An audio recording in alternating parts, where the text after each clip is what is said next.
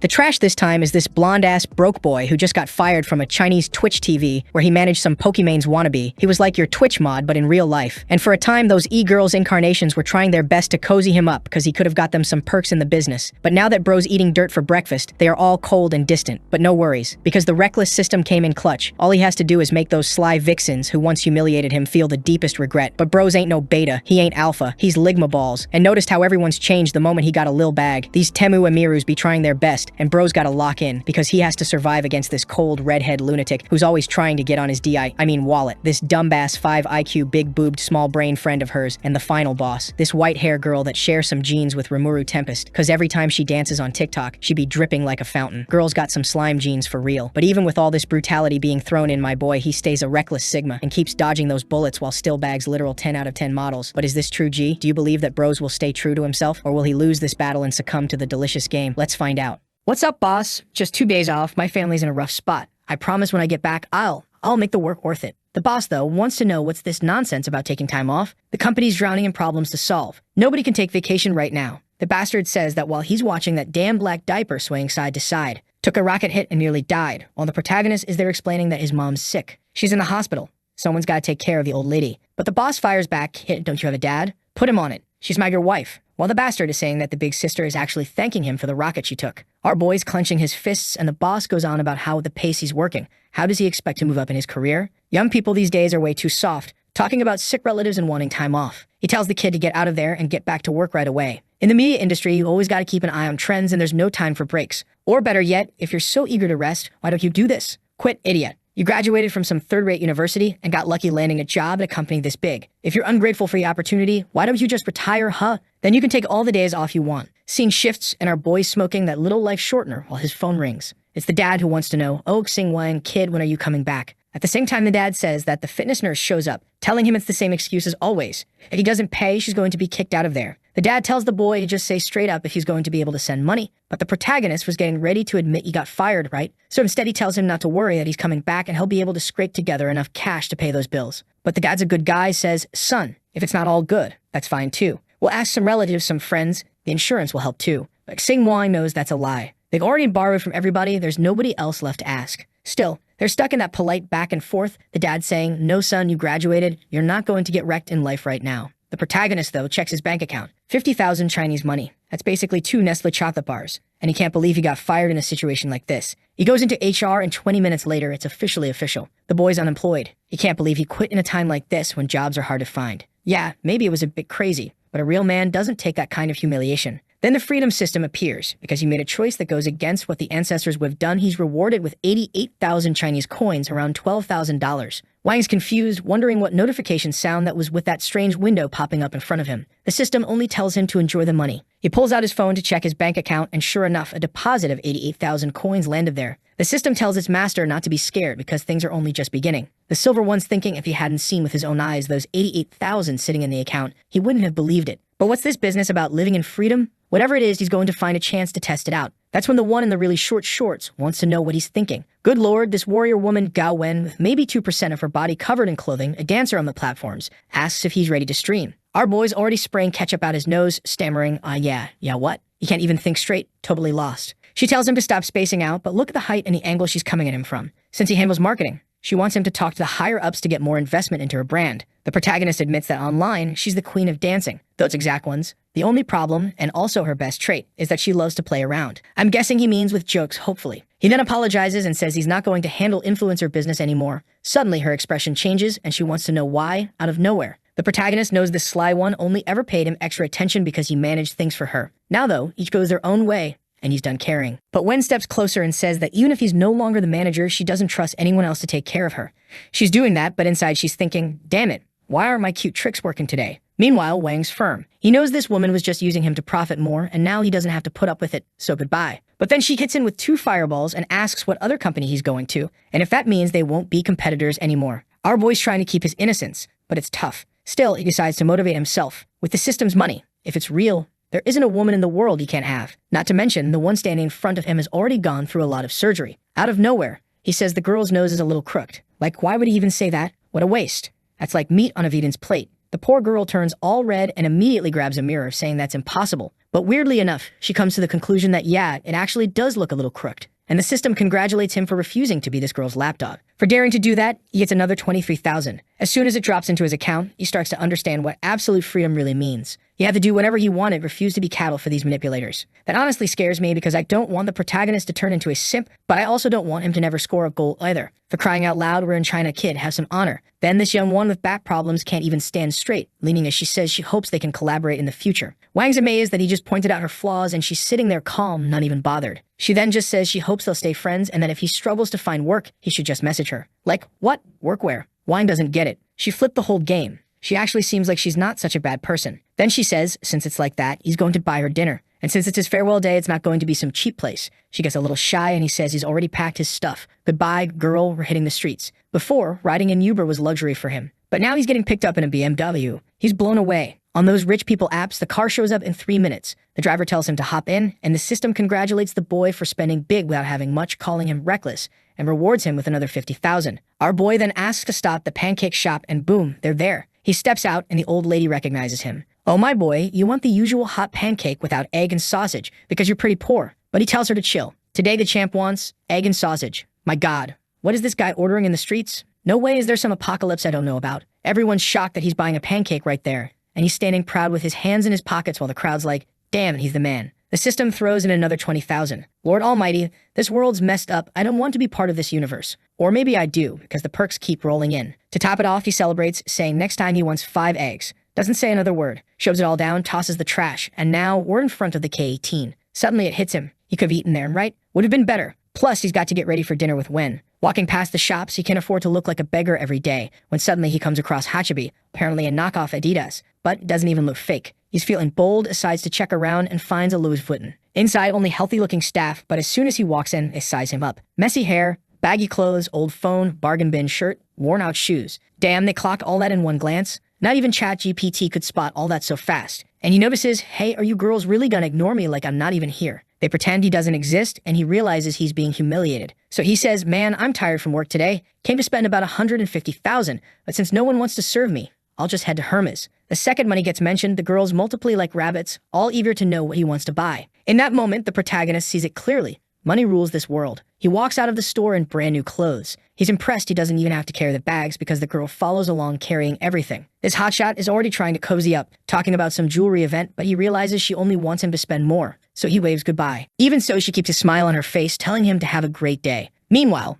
all the gold diggers around notice he's holding bags from fancy stores. Right then, the system praises him again for his recklessness in spending, even with his mother in the hospital. 650,000 deposited. Honestly, the system's right. The boy's got his mother dying in the hospital, and here he is at the mall blowing cash. And now we're at the date. As soon as he arrives, the tall one of the moment tells him to come with her. She's taking him to the VIP area where he can wait for his friends. He realizes that with branded clothes, you don't even have to do anything. Just show up, and you're instantly taken in. She waves goodbye, leaving our boy upstairs, looking down while checking a Google Maps photo, thinking about how different the treatment became the second he said he was spending money at the store. As long as you got enough, you can do whatever you want in this world. And now all the fantasies he had in his head were finally about to become real. At last, he remembers his family. He transfers 100,000 to his dad. Crazy how stingy that is. He's sitting on 600,000 and only sends 1/6 to his mom in a coma. The scene shifts to Wen, and wow, she must be friends with Rimuru Tempest because the girl's basically a slime, all sticky and gooey. And anyone who's read those brain-melting stories already knows it's about time for a rocket launch. Our protagonist delivers, and she says it's time to end the stream. The girl's got accessories down to her feet, and now she throws herself into a chair, exhausted. The rest of the engineers and scientists show up, wanting to know what's for dinner. She says she's going out. Another one immediately assumes it must be some rich guy, her sugar daddy. But Wen denies it and reveals it's actually our boy, Sing Wang. The NASA prodigies are shocked she even remembers him. And yeah, I'm clowning her, but I'm a YouTuber myself, not exactly contributing much to society either. Still, my god, this girl's been drawn from every possible angle, and she insists it's just a dinner to eat something, nothing more. No special interest. One of the engineers says she wants to go too, but the slime girl tells them the boy's paying, so please don't order anything too expensive. The redhead scientist, though, knows the kid's broke, and now that he's trying to act like a big shot, she plans to ruin his fun. The slime says she's going to get ready, calls everyone along, and now we're in the parking lot. One engineer is struggling to find work, and our slime tells her to dance more. But she refuses, says no way, she's just waiting to meet a rich guy to pull her out of this mess. The redhead cuts her down, saying she's dreaming too much. Just not having to sleep around to make money is already lucky. She tells her friend not to provoke, that anyone can dream, and the redhead replies, fine, dreaming's allowed, but reality isn't changing. Then they ask where they're going to have dinner. When the slime checks, she looks startled. One of the girls is sure it must be such a cheap place she's embarrassed to say it. King presses her to spit it out, and she says it's a place called King Tian, a super famous Michelin 3-star restaurant. 3,000 per person? Reservations hard to get. Instantly, the other one realizes she made a mistake. Suddenly, this boy must have gotten successful. The cold-hearted one argues the address must be the same, but probably some regular spot nearby. The slime tells her to stop judging our boy, but the redhead chimes in, oh, it's fine, he's a decent person deep down. As always, assuming they'll end up embarrassed, but whatever, they're already on the road. On the way, King's impressed at how smooth the BMW rides, while her friend points out she's got tons of fans on her streams. She should learn how to really make money. And wow, the girl really knows. She shows a move explaining you just accidentally let something show, then give it a little squeeze. That's all it takes. Lower your standards just a little and rockets are guaranteed to be firing nonstop. And she just revealed her weak spot. She said she's doing these streams, but if a rich guy showed up, she'd become a housewife in an instant. She's the coldest one of them all, and she's going to be the first to fall. But then she asks why Miss Slime is so quiet. Slime replies that it's not worth depending on someone because then you'll never be an independent woman and you'll always be living off that person. The money vampire tells her to stop killing the vibe like that. Meanwhile, she's thinking this girl has the nerve to talk like that when she's got the boldest dances she's ever seen. Slime says she'd rather do all that and make money than spend her life relying on someone else. As they get out of the car, King asks if maybe they should double-check the address because they might have gotten it wrong. Her friend agrees, saying they'll embarrass themselves if they walk in there and find out it's not the right place. She's calling, but Wang isn't answering, and now she's convinced the boy's tricking the three of them. And yes, that includes you. Slime wonders if maybe he's just busy, but the redhead insists they've been fooled, though they can still head upstairs to check if the boy's really there. Wen says fine and steps into the elevator, thinking it really was crazy to believe that kid, who had a trash salary like them, would be paying for a place like this. She walks crooked up to the door to take a look. Doesn't see anyone, and the worst part is he's not answering. Then suddenly someone appears behind them, asking if they have a reservation. They hesitate for a second, but the redhead barges in and says yes. With no way to back out, Wen gives the name Xing Wang, and that redheaded devil knows the boy's salary has to be around 5,000. Considering how much each of them would spend here, he'd need to work 3 or 4 months just to cover one night. She wants to see if it's real. Then the receptionist says Wang's been waiting for her a while now, and she's left standing there confused. This redhead really is a vampire sucking happiness. She's angry at Slime now, saying that all she ever does is dance with amazing moves, rack up fans, and still manage to have people pay everything for her. But this is the perfect chance. She'll make Wang look pathetic for not having money, and Slime will suffer too for not being sponsored. The receptionist tells them to get in the elevator, and King hesitates, saying maybe it's just the same last name. What if they run into someone they've never even met? Normally, the elevator is for VIPs only, and just one seat up there costs 10,000. Slime can't believe it, but the redhead is certain. Even if that kid saved every penny for a whole year, he wouldn't have enough for a night like this. She's excited to watch him crash and burn. Then the radiant girl opens the door and invites them inside. And now I realize that receptionist is actually hotter than all three of them. The clueless ones are wondering if Xing Wang is really there. King decides to take a selfie since they're already in the VIP area. Better to at least get some social media proof before they get kicked out. But that broad-shouldered redhead tells her to take it alone. She doesn't want to be part of such an embarrassment. King's more humble and takes a picture anyway. But wait, what's that pose? Hand covering the mouth? What are you trying to imply with that, girl?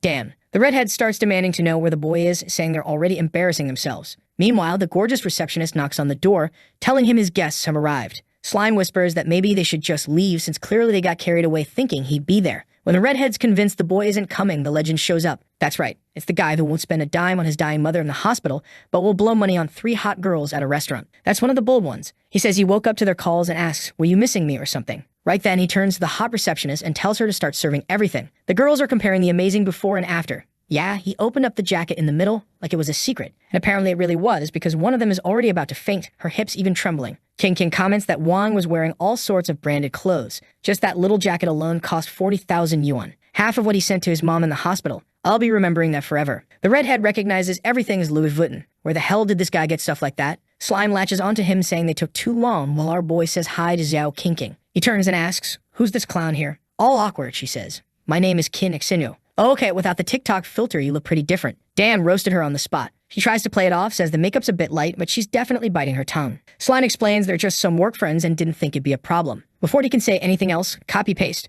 Servers are coming in, carrying all the dishes. The buffet spread is top quality, and the girls start wondering how Xing Wang is paying for all this. Right away, King guesses he must be some secret rich kid pretending to be just a normal worker. But Slime, already starting her Rimuru Tempest transformation, says she has no idea. The protagonist, though, is disappointed with the slimy meat, saying it doesn't whet his appetite at all. King just wants to take a picture, and he says, all right, go ahead, girl. Flash goes off, while the redhead questions if Slime lied to them and already knew about this. She insists she had no clue. Even though she'd known Wang before, he only ever really talked when posting stuff for the streams. Then she remembers one time he took a taxi and wonders if he was actually some low-profile second-generation rich kid. Maybe he just doesn't like women paying for him and had no choice but to reveal he's got money. The protagonist glances back and asks if they got anything more normal. He just wants to fill up. Humble King praises him, saying rich people food always leaves you hungry, so it's good he'll order something decent. The server, though, offers truffle steak with roast salmon, liver with pineapple from the guts of some Alaskan lizard steak. Who even knows what that is? The protagonist says just hearing the name already kills his appetite. Can't they just give him a steak? Some meat, sliced in the middle, tossed in the pan? King is impressed. It's the first time she's seen someone order so humbly in such a fancy restaurant. It was eye-opening. The redhead scoffs that if he's not ready to eat good food, he shouldn't even have come. She's confused. To her, either he got rich recently or he's an imposter. Doesn't make sense. The protagonist, though, is demanding they bring him some barbecue skewers. The girl's stunned on the defensive, asking why he even requests something like that. It's not on the menu. He tells them to call the manager then. They'll have a little chat. The one is rattled. Did this kid really have the guts to go that far? And then he shows up, dangerous mustache and all, saying, "En un restaurante francés, como est, solo se serve cocina francesa." Why did I just speak Spanish? I don't know. The redhead's smirking, thinking he's screwed now. A French restaurant won't accept such ridiculous requests. But Xing Wang proves otherwise. The meat he wants is worth 3 times more than his mother's life, because he offers 300,000 plus an extra 50. The shock is so great the girls all go cross-eyed. And right away, the mustache man says just tell him what to prepare. He'll make it. Our boy thanks him but asks him to keep that aggressive vibe. The guy pushes his glasses up and assures him it'll be taken care of. Then the system chimes in, saying if he keeps breaking the restaurant's rules, he'll earn 500,000. So he turns to the best food on the table and says that a restaurant is a place to eat, relax, and stay at ease. King agrees, thinking it's much better to eat good food and actually fill up. Right then, the copy-paste servers come in with the barbecue skewers he ordered. The girl is confused. With money, you can really force everyone to do whatever you want. She even decides to take a photo. It's unbelievable that she's eating kebabs and skewers like this in a Michelin star restaurant. The protagonist calls the 3 dishes over, asking who's ready to stuff their bellies. Not long after, everything's devoured and he wipes his mouth, excusing himself because he needs to go to the bathroom. As soon as he leaves, the girls are already whispering that just the boy's outfit was 1.5 times more valuable than his mother's life. For someone like that working at their company, he should have liked Year Slime. But she replies she's not that charming. You must have lost it after getting fired. King says that's impossible. He's clearly a second-generation rich kid who decided to experience more of life. Right away, the vampire asks if Slime has tried to make a move on him. King admits that if a guy with all that money ever did something like that, her heart wouldn't be able to take it. Meanwhile, the artist's pencil is being guided, sketching a nice swoosh on the girl's backside, while she comments that Slime is way too calm for a situation like this.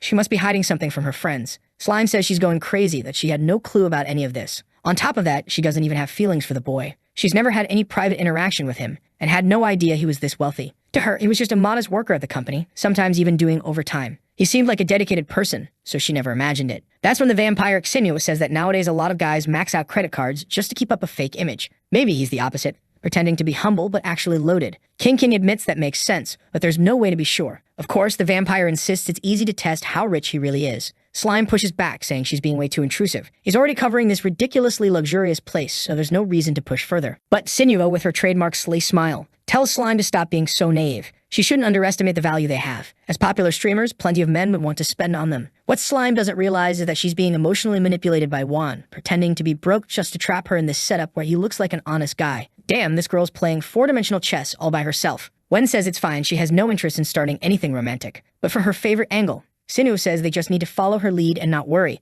Next scene, the 3 of them are in the parking lot, and Wen's a little concerned. What if this lunatic tries something crazy with Wang? King, being straightforward, asks if the boy has a girlfriend. He answers in the cringiest way possible. No, he's been single since birth. Genuinely a lone wolf in the romance department. The girl looks a little puzzled, and he explains that he was always focused on his career, so he never had much time to bother with dating. The blonde starts imagining him lying down serving some girl, though she doesn't even get what that means, since the translation was trash. And with that, the sleeve vampire leans into the car, saying she knows a place with the perfect vibe to grab some drinks. With an invitation like that, Wang just accepts, and they're on the road. Slime stays quiet while Xing Wang's already thinking about stacking up enough money to start his own media company. Considering how much he knows about this field, it's not hard to believe he could actually succeed. On top of that, he could gain access to celebrities. And yeah, I know exactly what kind of access you're after, you sneaky bastard. As soon as they park the car, Xinyu warns that prices there are pretty exorbitant, so he'd better be careful. If she ends up drinking too much, he won't mind, right? The blonde jumps in to answer for our boy, saying no, she can drink whenever she wants. Hold on, that's his line to answer.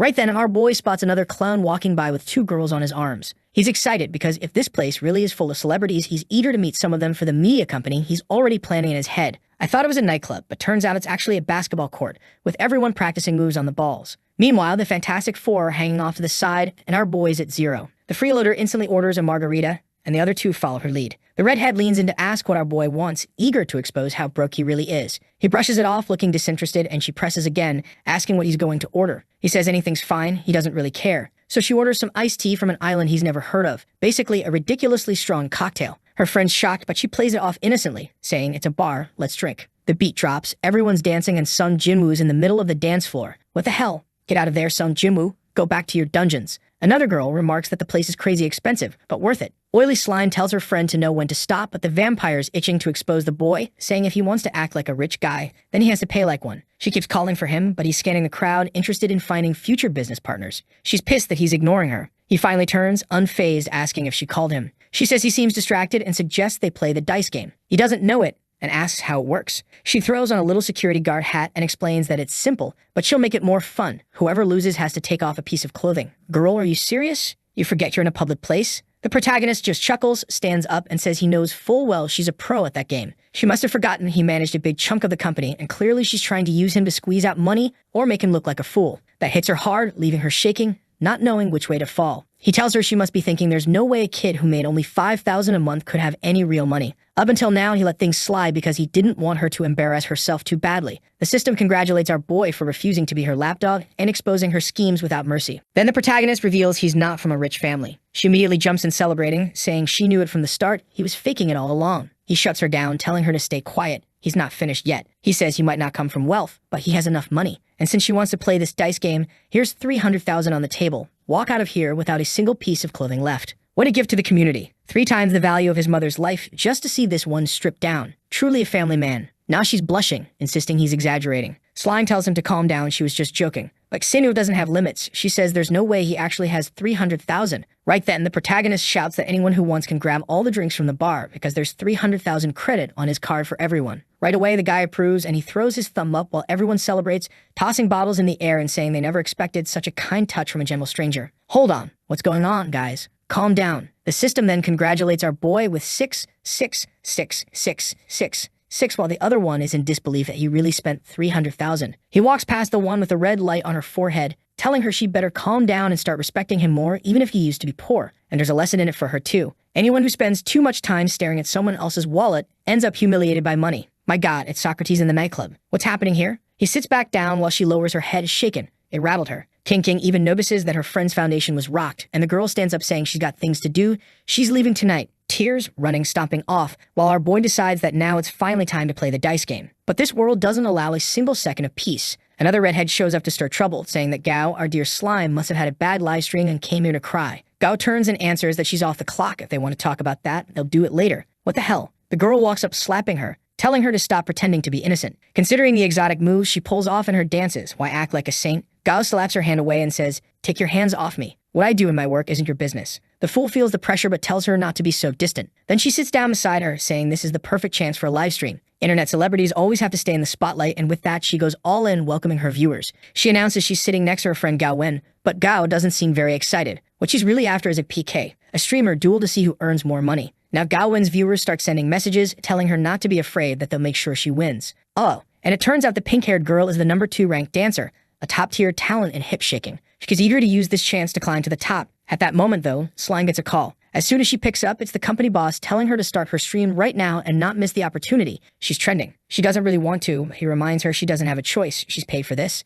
If she doesn't stream, she knows exactly what's coming. The pink-haired one tells her own viewers she's sure Gao Wen will join. She's such a hardworking girl. Then she turns to her friend asking if she's scared, but Gao's already preparing herself. Soon the artist is going to grab his paint buckets because the frantic movements have begun. And by the looks of it, the pink-haired one is getting showered with rockets while poor Gao Wen, drunk and shaken, is moving all clumsy. Everyone's wondering if she uses special effects in her studio, because right here at the party, she looks like she's running on empty. In the comments, plenty of people already know that poor Gao Wen streamed all day, shaking her hips side to side, and now she's exhausted. Our protagonist notices they're playing dirty with the girl, and a gentleman like him can't let her suffer. Boom! Rockets land, leaving her all slimed up. She's melting there, thanking her big brother, when suddenly 4, 5, 6 more hit. She keeps thanking while the pink-haired girl stops her dance in disbelief, demanding to know who this big brother Is that sending so much? Her viewers are desperate to find out who this person is investing all that money. Slime keeps smiling oily thanks at the viewers, but inside she's already thinking this is going overboard. Who is this lunatic who just donated 10 times the amount it would cost to save his mother in the hospital? I said it was the protagonist, but honestly, I'm not even sure. But he's there in the background asking if there's any reason to keep this going. Ah, no. It really was him. For spending without any kind of intention, he gets another 5 million. King says it doesn't make sense. Probably some kid stole his dad's phone and accidentally hit the button. But look at him standing proud. Now that he's received another 5 million, another shower comes pouring down. Tempest is begging him to take it easy because this won't stop and the girl's about to collapse. Meanwhile, one of the gangsters, maybe even our boy's boss, shows up. That's right, at the beginning he was donating to some girl. Couldn't have been her. He's trying to flip the game, launching his own rocket shower.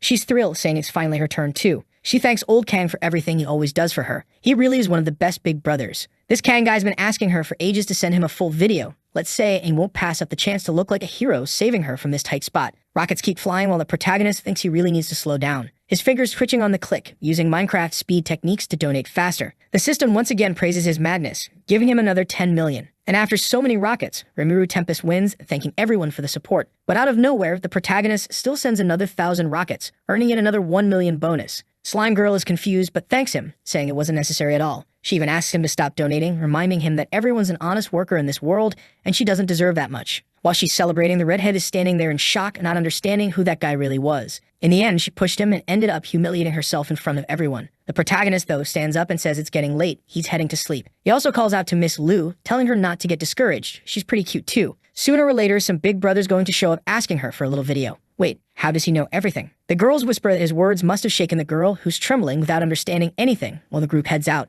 Outside, King comments that poor Lu Shui really embarrassed herself. Today, she finally learned from her friend what it means to have the biggest supporter on the entire platform. But she doesn't understand why Wen isn't happy. Wen replies that she doesn't deserve it. She's never even seen that person in her live stream, and suddenly, they donated all that money. She feels like something strange is about to happen. King tells her to be more positive. It's probably just a very generous supporter. Wen says wait, she's going to send a message to that person. The second she clicks, the protagonist gets a notification. Both girls recognize it's the exact same sound from the platform. They turn to look at him, and the protagonist says it's just a coincidence, for God's sake. He just got fired, and there's no way he has that much money. Slime points out that he spent plenty paying for drinks for everyone. He replies that paying for drinks is one thing, but that mountain of rockets is another. He doesn't have that kind of cash. But then King comments that the donor's name had Wang in it, and his name's Wang too. Couldn't it have been him? Wen tells her to stop bothering him and asks where he lives. She'll take him there. Nice thought, but he's not interested. He's too much of a man to be taken home by a woman, so he says he'll grab a taxi. Just then, a clown in a tie steps out, saying he's lucky to have run into such a beauty out here. And it's the company boss who spots our boy and says he thinks he recognizes his former employee. How could a broke worker like him not be ashamed of being supported by women in a place like this?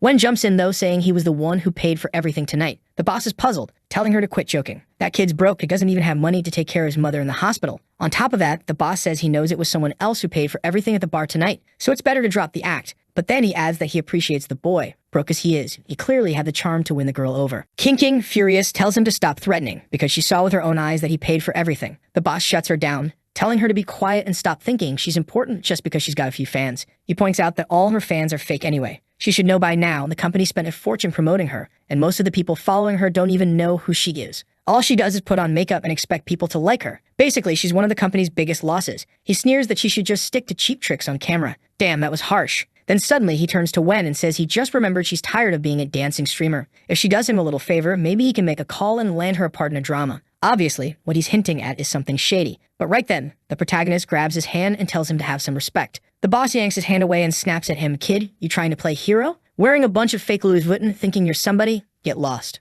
But Gao Wen steps in, telling the boss that if he bothers her one more time, she'll end the contract. He laughs, saying that's funny. As far as he knows, she signed for 5 years and still has more than a year left. If she quits now, she'll have to pay 10 million. She replies that just today she earned more than enough, so of course she can pay it. Out of nowhere, the boss insults her, saying that in ancient times she'd have been called a courtesan. What she's selling isn't art, it's just an image, so she should stop pretending to be pure. He steps closer, saying that even if she tries to leave by paying, they won't let her. They made her famous, so now she'll work for them forever. That's when the protagonist steps forward, declaring that if she can't leave, he'll buy all of Myomio Media himself. Then it won't be her who leaves, but the boss instead. The man is confused, not sure what this blonde kid is talking about. Fed up with the nonsense, he pats him on the shoulder and says, fine. He'll be waiting for the day this kid ever buys a company. Then he storms off in anger, muttering that the brat really tried to act tough in front of him. Meanwhile, King is devastated, realizing all her fans were bots. She's picturing one of those Chinese farm factories where a single guy has 750 phones in the same room. She feels crushed, but Wen takes her hand and tells her to calm down, reminding her that even if she only does makeup, plenty of guys still donate a lot. She doesn't need to humiliate herself for this company. As she comforts her friend, Sing-Wang is just watching. Wen thanks him, then turns to King, telling her not to be too upset. King says it's fine, she just hates that the idiot who treated them that way is actually the boss. Then Wen turns to our boy and says he shouldn't cause trouble on her behalf. Radiant as ever, he simply answers that he didn't like the guy either. She laughs softly, saying she doesn't know if they'll ever see each other again, but she hopes he goes far in life. Our boy is surprised, 2% clothing, 98% skin, and she turned out to be kinder than he expected. She shuts the car door and leaves. Finally, he gets to check how much he earned from this whole insane night. 109,000. Enough to save his mother in the hospital 100 times. At this rate, she'll be immortal soon. He decides to call an Uber, but since it'll take too long, he pays 4,000 to get there faster. And with that, he crashes into sleep. The next morning, someone's banging on the door, saying it's time to pay rent. The protagonist wakes up startled, covering his ears, wondering what kind of hell this is. He just woke up. While the pounding, he gets up, bumping his head along the way. It's still 6 in the morning. From inside, he mutters that he just wanted to sleep a little longer. But when he opens the door, the old landlady scolds him, saying bums like him never pay on time. That's why she has to hunt him down first thing in the morning, otherwise he'll run off. Wang, though, just scans the QR code on her chest, pays a full year in advance, and instantly 10,000 lands in her account. She tries to stay calm, asking herself how this broke school kid suddenly paid it all. Inside, she's about to explode with joy, but on the outside, she mutters there's another 400 in fees. He tells her that extras so she won't bother him for a year and slams the door in her face. He throws himself back onto the bed for a few more hours of sleep. Meanwhile, his buddy downstairs is wondering if his brother hit the lottery. What happened for him to start flexing like this all of a sudden? Our boy then gets a notification. For not putting up with that woman's humiliation, he's awarded a villa in Swan Bay. Out of nowhere, a key materializes in his hand. His buddy notices, staring, thinking, what's going on? Did this kid just turn into a cheater? The protagonist bolts up, tumbles out of bed, and his buddy asks where he's rushing off to. Our boy shoots out like a bullet. His friend yells, "Hey kid, your luggage." But the protagonist calls back that none of that is necessary. Meanwhile, the least loved mother in all of Manhwa is lying there in her hospital bed. The father says Sing-Wang sent 100,000, claiming he got a nice salary from a new job. Strange. The mother asks him not to be doing anything illegal just to cover her treatment, but the father insists it's impossible. He's too kind of a boy. Just then, Banana Head opens the door to ask how she's feeling. The mother says it was just a sudden illness, a problem with her organs from surgery, and she'll be fine. She's the optimistic one. The father's right by her side, so there's no reason for the protagonist to worry. Just grab her an apple. But the father's already got one and snaps, "Kid, what are you doing here? Get back to warming up for work before you get fired." The protagonist shoots back, "I quit." Both of them jump in shock, but immediately speedrun the perfect supportive family routine, placing their hands on his shoulders and telling him he's so talented he'll find something better soon. The protagonist, soft-hearted, thinks to himself that this family really is his safe harbor. He then asks if the father paid the hospital bills. The father rests a hand on his shoulder and tells him not to worry. He just borrowed the money. Before long, collectors will come cut off his head and toss it in the river, but hey, no problem. Keep spending at the club, son. Of course, he doesn't actually say that, but the protagonist wants to know exactly who he borrowed from. And maybe it's true, because the father says it was from some relatives. The protagonist presses, asking if it wasn't from that uncle and aunt. Before the father can reply, he cuts him off, demanding he pay those two back immediately. The father tells him not to worry, that he'll handle it soon, and begs him not to do anything too risky. The mother starts crying, saying her illness is ruining their lives. He works so hard, and now he's also stuck paying her hospital bills. She should be grateful they're not in the United States. They're not even the system would cover these medical costs. The protagonist reassures her not to worry, that everything's fine. His new job is paying well, and that 100,000 was nothing. On top of that, he'll bring in the best doctors to take care of her, so she doesn't need to stress. And finally, he decides he's going to take care of that business with the uncle they borrowed money from, because it's never good to owe that man any favors. Outside, he hops on a motorcycle taxi and wonders why the thing wobbles so much. He remembers hearing they were supposed to fix up the roads, so why are they such a disaster? Looks like whether it's China, Brazil, or the US, politics is always the same. The buff old driver says they did fix them, but it ended up worse than before. Turns out whoever got the contract had shady dealings with the officials, and this was the result of them trying to cut corners. Sing-Wang just thinks to himself that there really are no laws in this world. In poor neighborhoods, it's always the people who get screwed when it comes to politics. He arrives in front of a giant mansion, and at first I thought it was the one he'd been given. But no, it belonged to those relatives. Sing-Wang reflects that if those bastards hadn't stolen all the family's money as compensation during the family split, they never would have had wealth like this. He knocks on the door, and wow, the money was well invested. They fed the girl right. The artist looks at the design and thinks she looks too ordinary. Let me erase a piece of her pants. There, now she's perfect. The protagonist wants to know what she was doing in his uncle's house. The girl's like heavy artillery. What's with those headlights pointing in every direction? Turns out this is the uncle's second house, and he sends word asking what Wang's doing there. The girl, off balance, doesn't know how to answer. Then the fake chat of the story appears, making it pretty obvious what she's really doing there. Sing-Wang ignores the couple and demands to know where his uncle is. He's there to pay the debt. The painted-up girl wonders why Wang is so cold. Does he still think about her? Take this slap on the tambourine girl, and the guy tells her to stop staring at every man because soon enough she'll be his wife. What a bastard, living the good life. Protagonist, humiliate him please, I can only envy one person at a time, not two. And she does exactly what I love most, she humiliates him, saying she was only observing how pathetic he looks in those filthy, brandless clothes, writing about coming to pay a bill. The future cuckold thanks her, saying that's exactly what he likes, and honestly, I like it too, because their downfall is going to be glorious. Our boy steps into the living room where a bald uncle greets him, saying this is his grandson working in the city now. The thinning hair trio comments that people working in the city make good money. The farmer on the right says he heard old Who's daughter also works in the city and makes more than $100,000 a month. Young man, you must be earning well too, right? But the future cuckold cuts in, saying this mule works all month just to earn $100,000. Even folks raising pigs on a farm make about the same. He slaps a hand on Wang's shoulder and says out of that $5,000,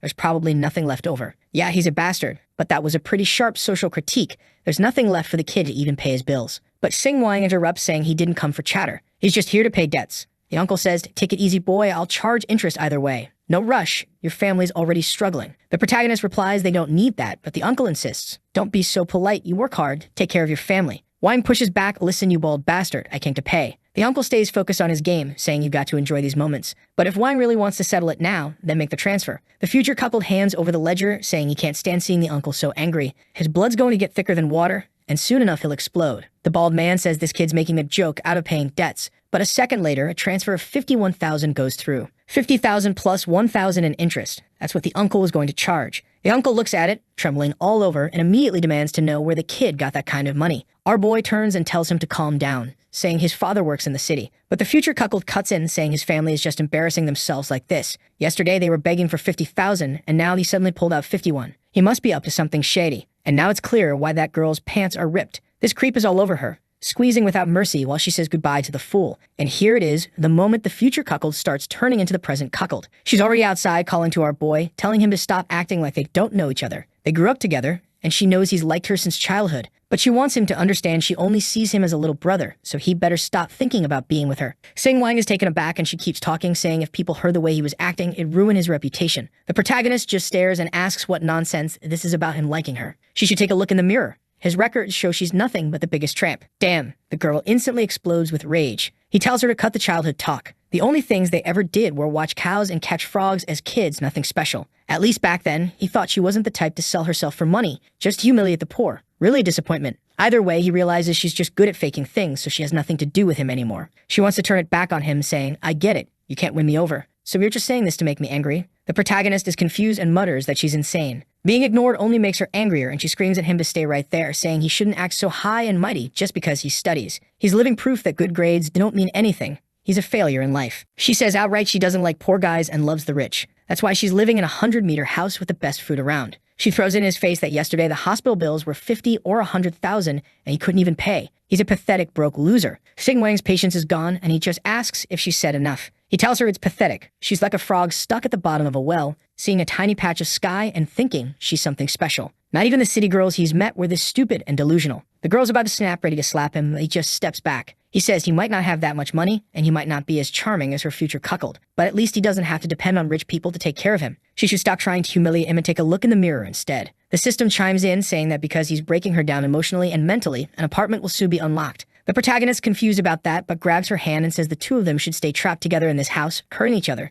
since neither of them is any good anyway. Brutal. He shoved her down hard, goodbye to both of them. Later, while he's walking down the street, bam, a car wheel splashes through mud, soaking him. Come on, protagonist. Seriously, pull out the Song Jinwoo system, grab this guy by the neck, drag him out of the car, toss him into a portal where nobody will find the body, and the bastard still has the nerve to offer him a job carrying cement and bricks. Sing Wang just replies that time is fair with everyone. At a nearby construction site, one of the workers tells him he can come back anytime. Our boy thanks him, and the system congratulates him for investing in the people around him. I think back when he fought with a redhead, that's when he got those buildings under construction, and now the system is praising him, saying he only needs to do good for the people of this city, and he'll receive even more. He doesn't really get it, thinking that soon enough the whole world will belong to him. Now we're back at the hospital, and he's brought another apple for his mother. The doctor comes in, saying the surgery was a success, her vitals are stable, and she can go home. Sing Wang thinks that's insane. She just had surgery and is still recovering. It makes no sense. They should run more tests. but the shady-looking doctor says her discharge has already been processed and tells the nurse to help her pack up. The protagonist demands to know what he means by that, while his mother warns him to be careful. The doctor insists everything's fine, asking if he doesn't understand she survived, so they should move her out before she keeps draining the hospital's resources. Unbelievable. The protagonist slams the table, pulling out a knife, and the doctor thinks he's about to attack, but he only uses it to slice the apple. The doctor calls him crazy and says he's calling security. His mother tells him they should just go home and not cause trouble. She's comfortable enough. But our boy refuses. She just had surgery and her wounds haven't even healed yet. The doctor argues that the mother understands everything and a good son should obey her. Then he orders the nurses to strip away her poor clothes, saying they bring bad luck. The protagonist's blood is boiling, ready to kill this bastard. He tells his mother to eat the apple and that throwing it away would be a waste, but promises he'll take care of this soon. She begs him not to fight, reminding him these people are ordinary folks. They can't be beaten. But he assures her she doesn't need to worry, he won't use force. Meanwhile, the doctor is on the phone saying, everything's ready for your friend's wife. Bring her in. If she wants to stay 100 days, she can. It takes that long for bones to heal. And who's on the other end? The future cuckold, praising Dr. Lei for being so quick. The doctor says, of course, they needed to kick out Xing Wang's poor family since they couldn't compare to true generosity. While this family dragged their feet for half a month just to pay, the other side had already advanced everything. The future cuckold, still nameless though the title suits him, says that idiot Xing Wang thinks he can cause trouble for him, but now he'll be taught a lesson. The doctor, holding the paperwork, thinks the kid actually knows how to do business. The protagonist sees it all and decides that if they want to play with money, then he'll play too. So in the hospital director's office, someone knocks and our boy walks in. He introduces himself as just another patient, and the old man tells him to head to reception,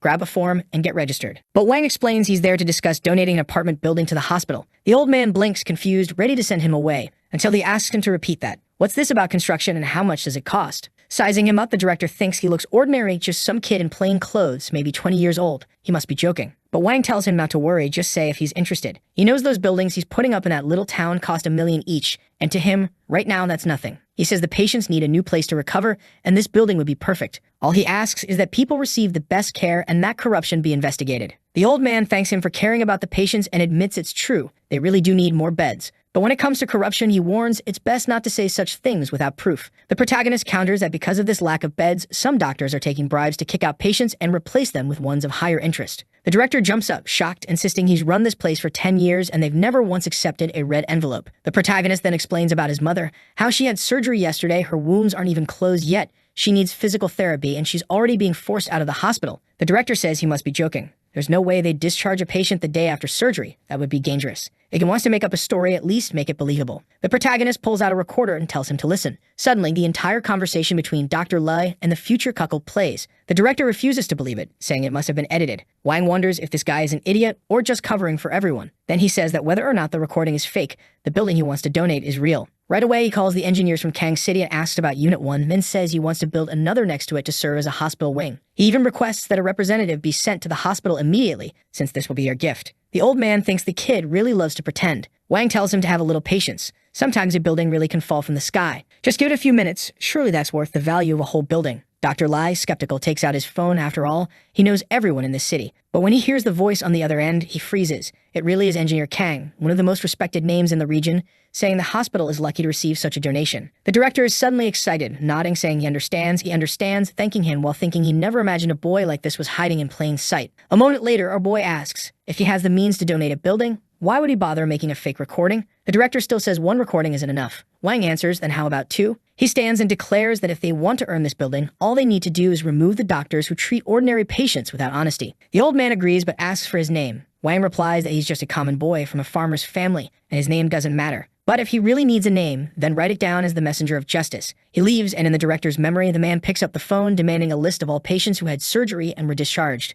A while later, a nurse calls for Dr. Lai. In the very next second, he's on his knees, begging for forgiveness, pleading that he can't lose his job. He has children and a family to support. But the director tells him that when he was destroying other families, he didn't think about that, did he? A doctor without ethics is a disgrace to the hospital and has no place there. Justice served, cut to the house of Hang Dakai the next day. And what a bastard, look at that cushy life, sitting in a chair with his feet being massaged by some enormous terrifying thing. Never in my life would I want something like that. It'd only cause problems. And right then, someone barges in to ruin this fool's comfortable life, saying the bastard claimed he had connections, but now his wife has been kicked out of the hospital, tossed out like a dog. He jumps up, splashes water on the poor woman, panicked, insisting there must be some mistake. He'll call his big brother and everything will be fixed. But Dr. Lai isn't answering at all, and Dakai is left wondering what the hell is going on. Back at the protagonist's house, he twists the old saying into something new. If you can't go to the hospital, then the hospital will come to you. His mother thinks it's madness, bringing all these caretakers and medical equipment into the house. It must be expensive. But he tells her not to worry, everything has been covered. Dr. Lai was removed from his conduct, and this is just compensation. His mother nods in understanding while our boy thinks to himself that doing good without expecting anything in return feels pretty good too. Right then, the future cuckold calls, demanding to know if it was him behind all this. He had secured that special hospital bed, spent more than 10,000, and now was all wasted. The mother, confused, asks what Hang Dakai is talking about, while the protagonist smiles inwardly. This bastard just admitted it. He points out that clearly it was Dakai who tried to have his mother kicked out of the hospital. The fool realizes he slipped and quickly says she left because she was already feeling better, that he had nothing to do with it. But soon after, he basically admits Wang must have pulled some trick. Otherwise, why would the hospital be sending so much equipment his way? The protagonist replies exactly. Director Lai was expelled for corruption, and this is compensation. Dakai snaps back that it doesn't make sense. He's the one who should be compensated. He spent years building his hospital connections, and now, because of something Wang did, all his investment is gone. Wang tells him none of it makes sense. He's just a poor kid from the city, while Dakai is the local big shot making millions every year. How could someone like him possibly cause problems? Or maybe Dakai's power in the region isn't as great as he claims. The fool shakes with rage while our boy calmly turns to his mother, telling her to rest because a man like that only brings bad karma.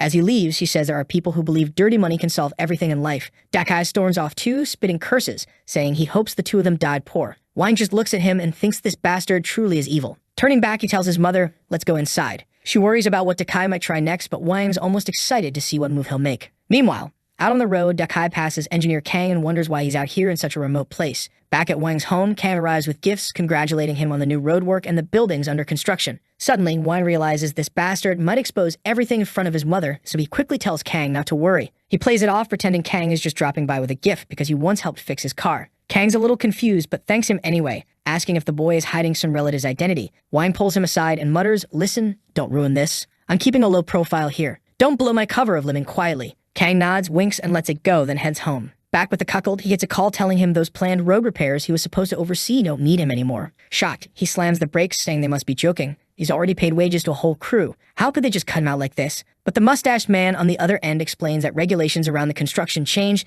and this time his team didn't qualify. Nothing more could be done, and he hangs up. Dakai calls for Mr. Zhao with the lines already dead. Meanwhile, the chubby Zhao thinks to himself he doesn't want to side against whoever's standing with Engineer Kang, because that man is the one who's truly dangerous. Next scene, he's already carrying a bag of champagne, or at least it looks like it, telling Mr. Zhao that they had an agreement, right? That he'd be part of the construction project, bring in his workers, and everyone would get their share. But Zhao, with a couple of Troll C plus Troll V girls on his arms, is just ignoring him. Dakai slams the table, saying they can adjust things. He'll take 40% instead of 30%. Zhao glances at him while he keeps pushing, insisting that this must be about Zhao threatening to cut him out just to grab a bigger percentage. He argues qualifications are just a formality anyway. He can pay another company to handle it. They don't need to worry about anything. But Zhao tells him to stop forging qualification documents. And no, those lousy cigarettes he brought aren't going to change his mind. He must think Zhao's a beggar. Dakai, pathetic as ever, insists that's not it. He just wants an honest negotiation. How about 50%? That's definitely worth it. Zhao cuts him off, saying they won't be negotiating anymore. He only causes problems and literally boots him out of the room. Next scene, in another part of the club, he strolls in grinning, only to see our boy sitting there next to Kang. He enters all smiles, saying he's never seen a young man as kind as Wang, helping everyone in the city. But Wang knows this bastard is only acting sweet because he sees profit in him. He's a hypocrite. Out of nowhere, Wang shifts his tone. He says he's no noble kid and he's not interested in this failing town. It's just that his parents are getting older and struggling to walk, so he decided to improve the roads a bit. Then he asks, Mr. Zhao, these roads won't deteriorate in less than a year, will they? The man, caught off guard, insists no, they only use quality materials. He quickly adds that there's no need to worry. They'll meet his expectations. Our boy thanks him, saying he hopes not to be disappointed. Zhao, rattled, swears again they'll meet his standards. Looks like Wang was putting on the act of a shadowy gangster, and now Zhou's scared stiff of messing up. The system praises Wang for the way he handled it, spending little but still ensuring everything gets done. He really stuck to his principles, and Wang thinks everything is building up to the perfect day. Something big is coming. Meanwhile, back at the uncle's house, the girl, soon to be the protagonist's housemaid, is yelling at Dakai, calling him a failure who just sits on the couch fiddling with his phone, not even washing a single dish. If she'd known he'd be such a loser, she would have chosen Xingwan. At least he's in the city and actually has a job. Although the horns are starting to itch, his cuckold crown is on the way. He demands she repeat it. She beats her chest, shouting that he really is useless. Even with the bird in hand, he let it fly away. He's worthless. If she'd had the chance, she would have gotten on her knees for Mr. Zhao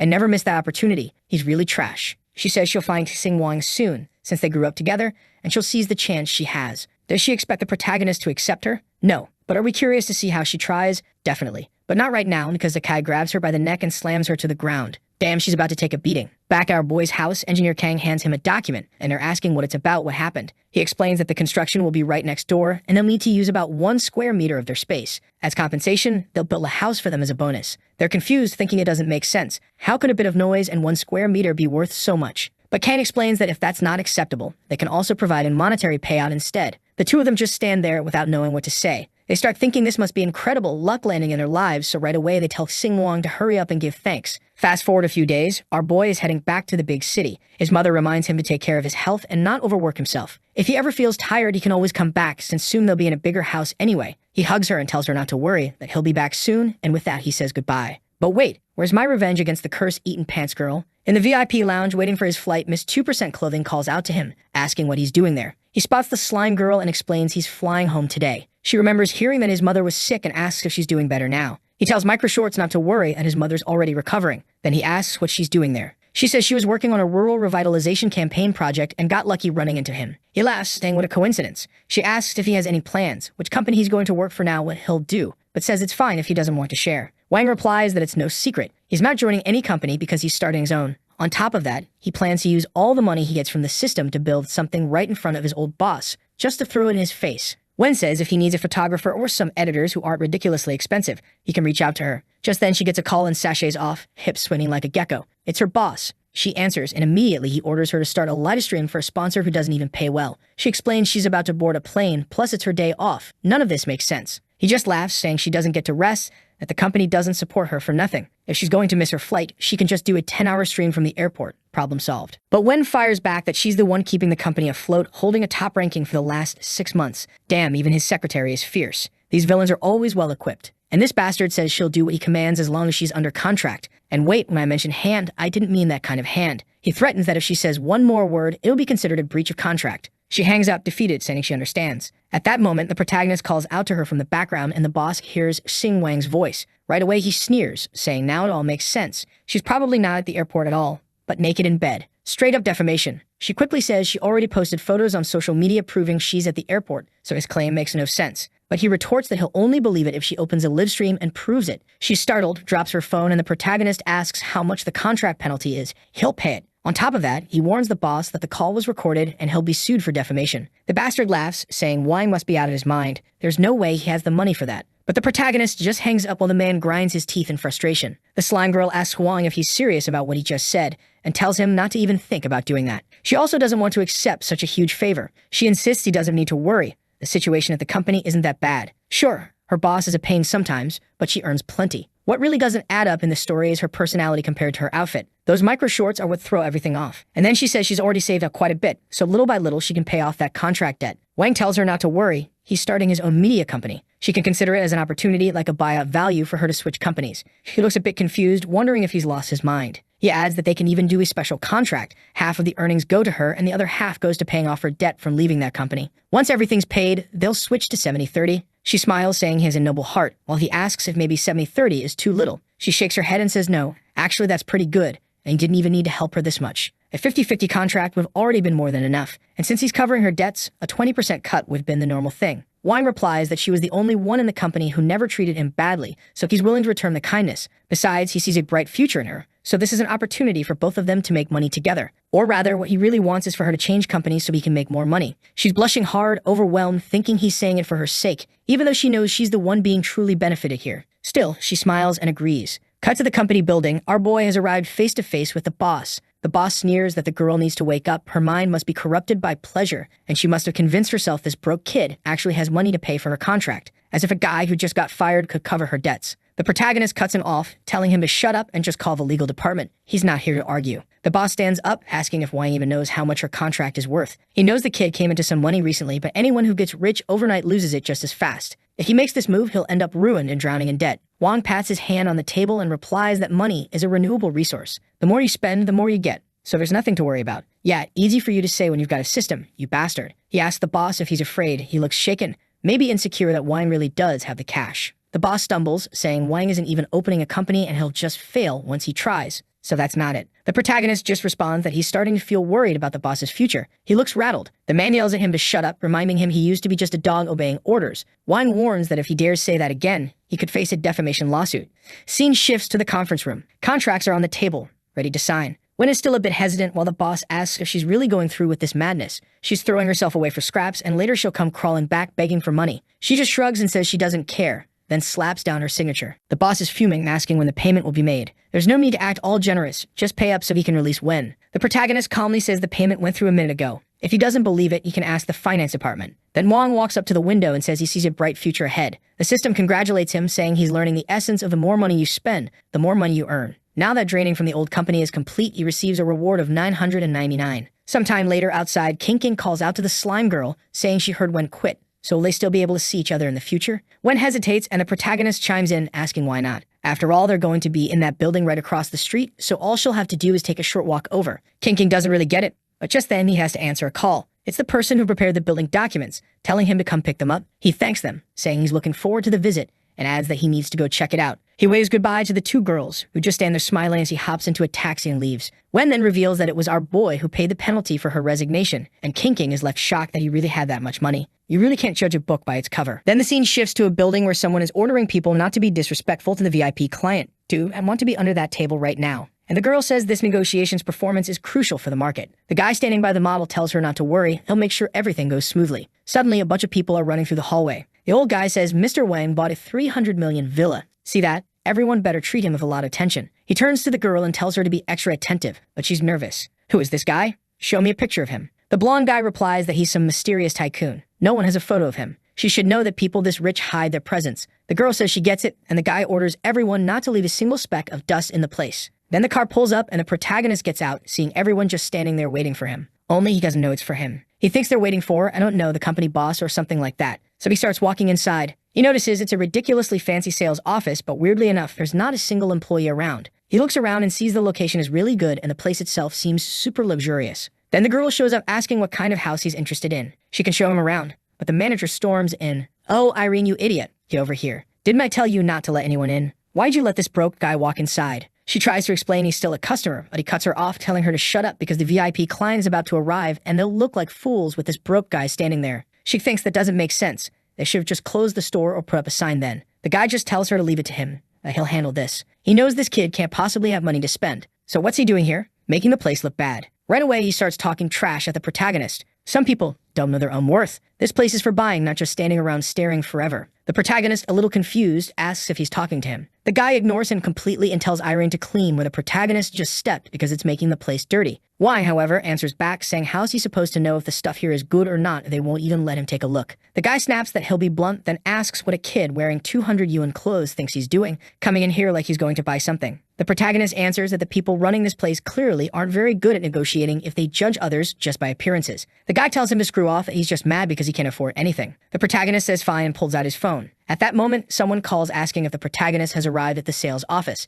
If there were any doubts, they should just say so. The manager freezes. He recognizes that voice immediately. The protagonist then says the person who was supposed to be helping him is embarrassing him right now. He was considering this place, but maybe he'll just cancel the transaction today. The girl begs him to stay calm, says she'll be right back, and runs off wondering what just happened. She doesn't understand what's going on, but asks him to wait just a little longer. She hops into a taxi and tells the driver to floor it, while freaking out about what that idiot manager must be doing with her VIP client. Man, this girl's a rocket. She gets there super fast. Meanwhile, the manager is panicking, fumbling with his phone trying to figure out what's going on. Looks like he's completely lost. He's ordering the staff to start cleaning again. Even Wang is finding this strange. Judging by the manager's reaction, he figured the guy must have recognized the voice. And now the guy is grabbing Irene by the ears, yelling that she's getting fired because he's going to lose his job thanks to her. The poor girl is crying, saying she can't lose her job, while the manager shoves the protagonist, telling him to get out of there. The higher-up manager was on her way. It would be humiliating to have him still in the store. Right at that moment, the purple one shows up, and the guy keeps hassling our boy, telling him to get lost. Then he notices Miss Lai greets her, but she completely ignores him. He figures she must be furious and is about to tear into him. But instead, she walks over, introduces herself to our boy as Lai Wanying, and apologizes,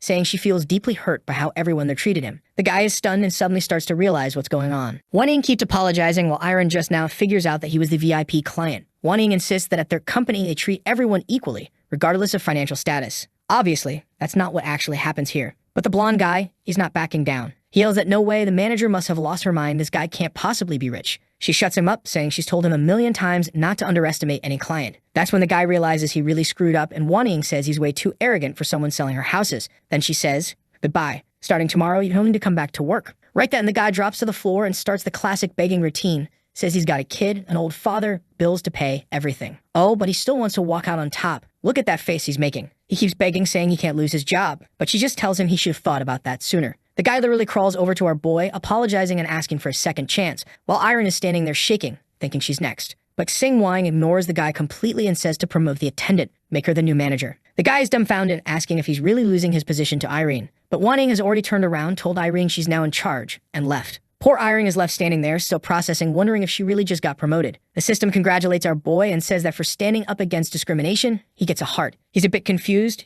He wants something practical, not a heart. What kind of reward is that? But the system tells him not to underestimate the reward. You never know what might come with it. Boom. The scene shifts to where his new house is going to be. And damn, the kid's basically got a castle. The gates swing open and look at that. Even Cheyenne Verdi is standing there on the right side. She tells our boy not to worry, the gates have automatic recognition. One of the staff brings over a suitcase and hands it to him. When he opens it, it's a red envelope, the property ownership certificate. He picks it up, notices how fancy it feels, pockets it, and tells her to keep showing him around the house. She's shocked that this guy isn't even checking the contract for a 300 million house. She starts explaining the designs, the European gardens, the imported furniture, but quickly notices he doesn't seem very interested. He probably just likes keeping a low profile because he's afraid of getting kidnapped.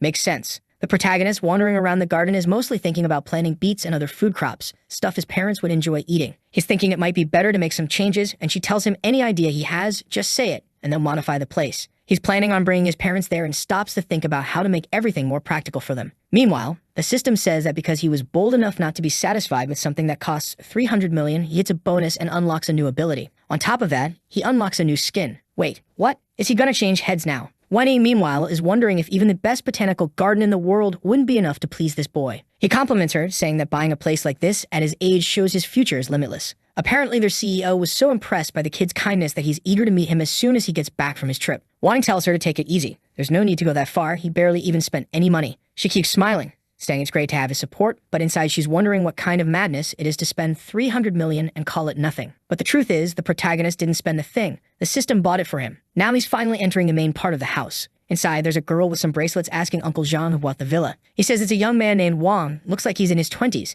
The blonde girl is surprised, and the butler asks if they should look into the kid's background. But she says it's better not to. Anyone who casually buys a 300 million house isn't ordinary. She stands up and tells them to find a suitable gift because they'll visit him another day. And she's the skinniest girl I've ever seen in any manhwa. Next chapter, fireworks. Everyone's celebrating. Not because of the mansion, but because it's the grand opening of our boy's company. Time to make that slime girl sweat on those live streams and start making money. And just because I said that, we cut to 3 months ago, back when she asked why she wouldn't have to stream. He explained that a good blade is meant for the strongest enemies, basically saying she was too good to waste at the start of the company. That's why, in the beginning, she was going to work in recruitment to find some new tough girls, and part of what they earn would go to her. She thinks that's a bit much, but he tells her of course not. She's the dancing heroine, meaning everyone wants to be like her. So she got a talent for spotting which girls are the real deal, and she's going to help him fill the place with dancing girls. She tells him not to worry. She'll find all the surgeons, scientists, and doctors in China and bring them here. Then the scene shifts to the rival boss, who's looking at some company called Dujin Media that seems to be signing a bunch of new streamers. He thinks it's hilarious. Who these days even starts a new streaming platform? They must think the streaming world is easy. It's funny to him that they actually think they can compete. But just then, the least intimidating gangster in the world walks in asking what's up with Dujin Media setting up shop right across the street. Are they crazy trying to compete? This guy turns out to be the boss's uncle, who stands up, surprised to see him back so soon, and asks him to sit down. But the uncle says they should do what they always do and remind everyone who runs the streaming industry. The boss just nods like a dog and says he understands. Meanwhile, our protagonist is being shown interior design proposals, but he doesn't look very interested. Everything looks awful to him. Besides, he's already got a 300 million mansion. That's more than enough. Right at that moment, the slime girl bursts through the door saying all their streamers just got hit with a PK. You know those dual requests from the cat company's girls? The problem is that most of those girls have at least 1 million followers, so their newbies are going to get crushed, and she urges him to take a look. In the group chat, all the girls are panicking, saying they're scared, they're going to get destroyed and humiliated. But Wang says this is an old trick. Girls with millions of followers challenging fresh newbies to a 1-to-1. I still ask myself every day if this really happens in China, because no way that's normal. But Wang knows the intention is to get other viewers comfortable with criticizing those new girls who just started.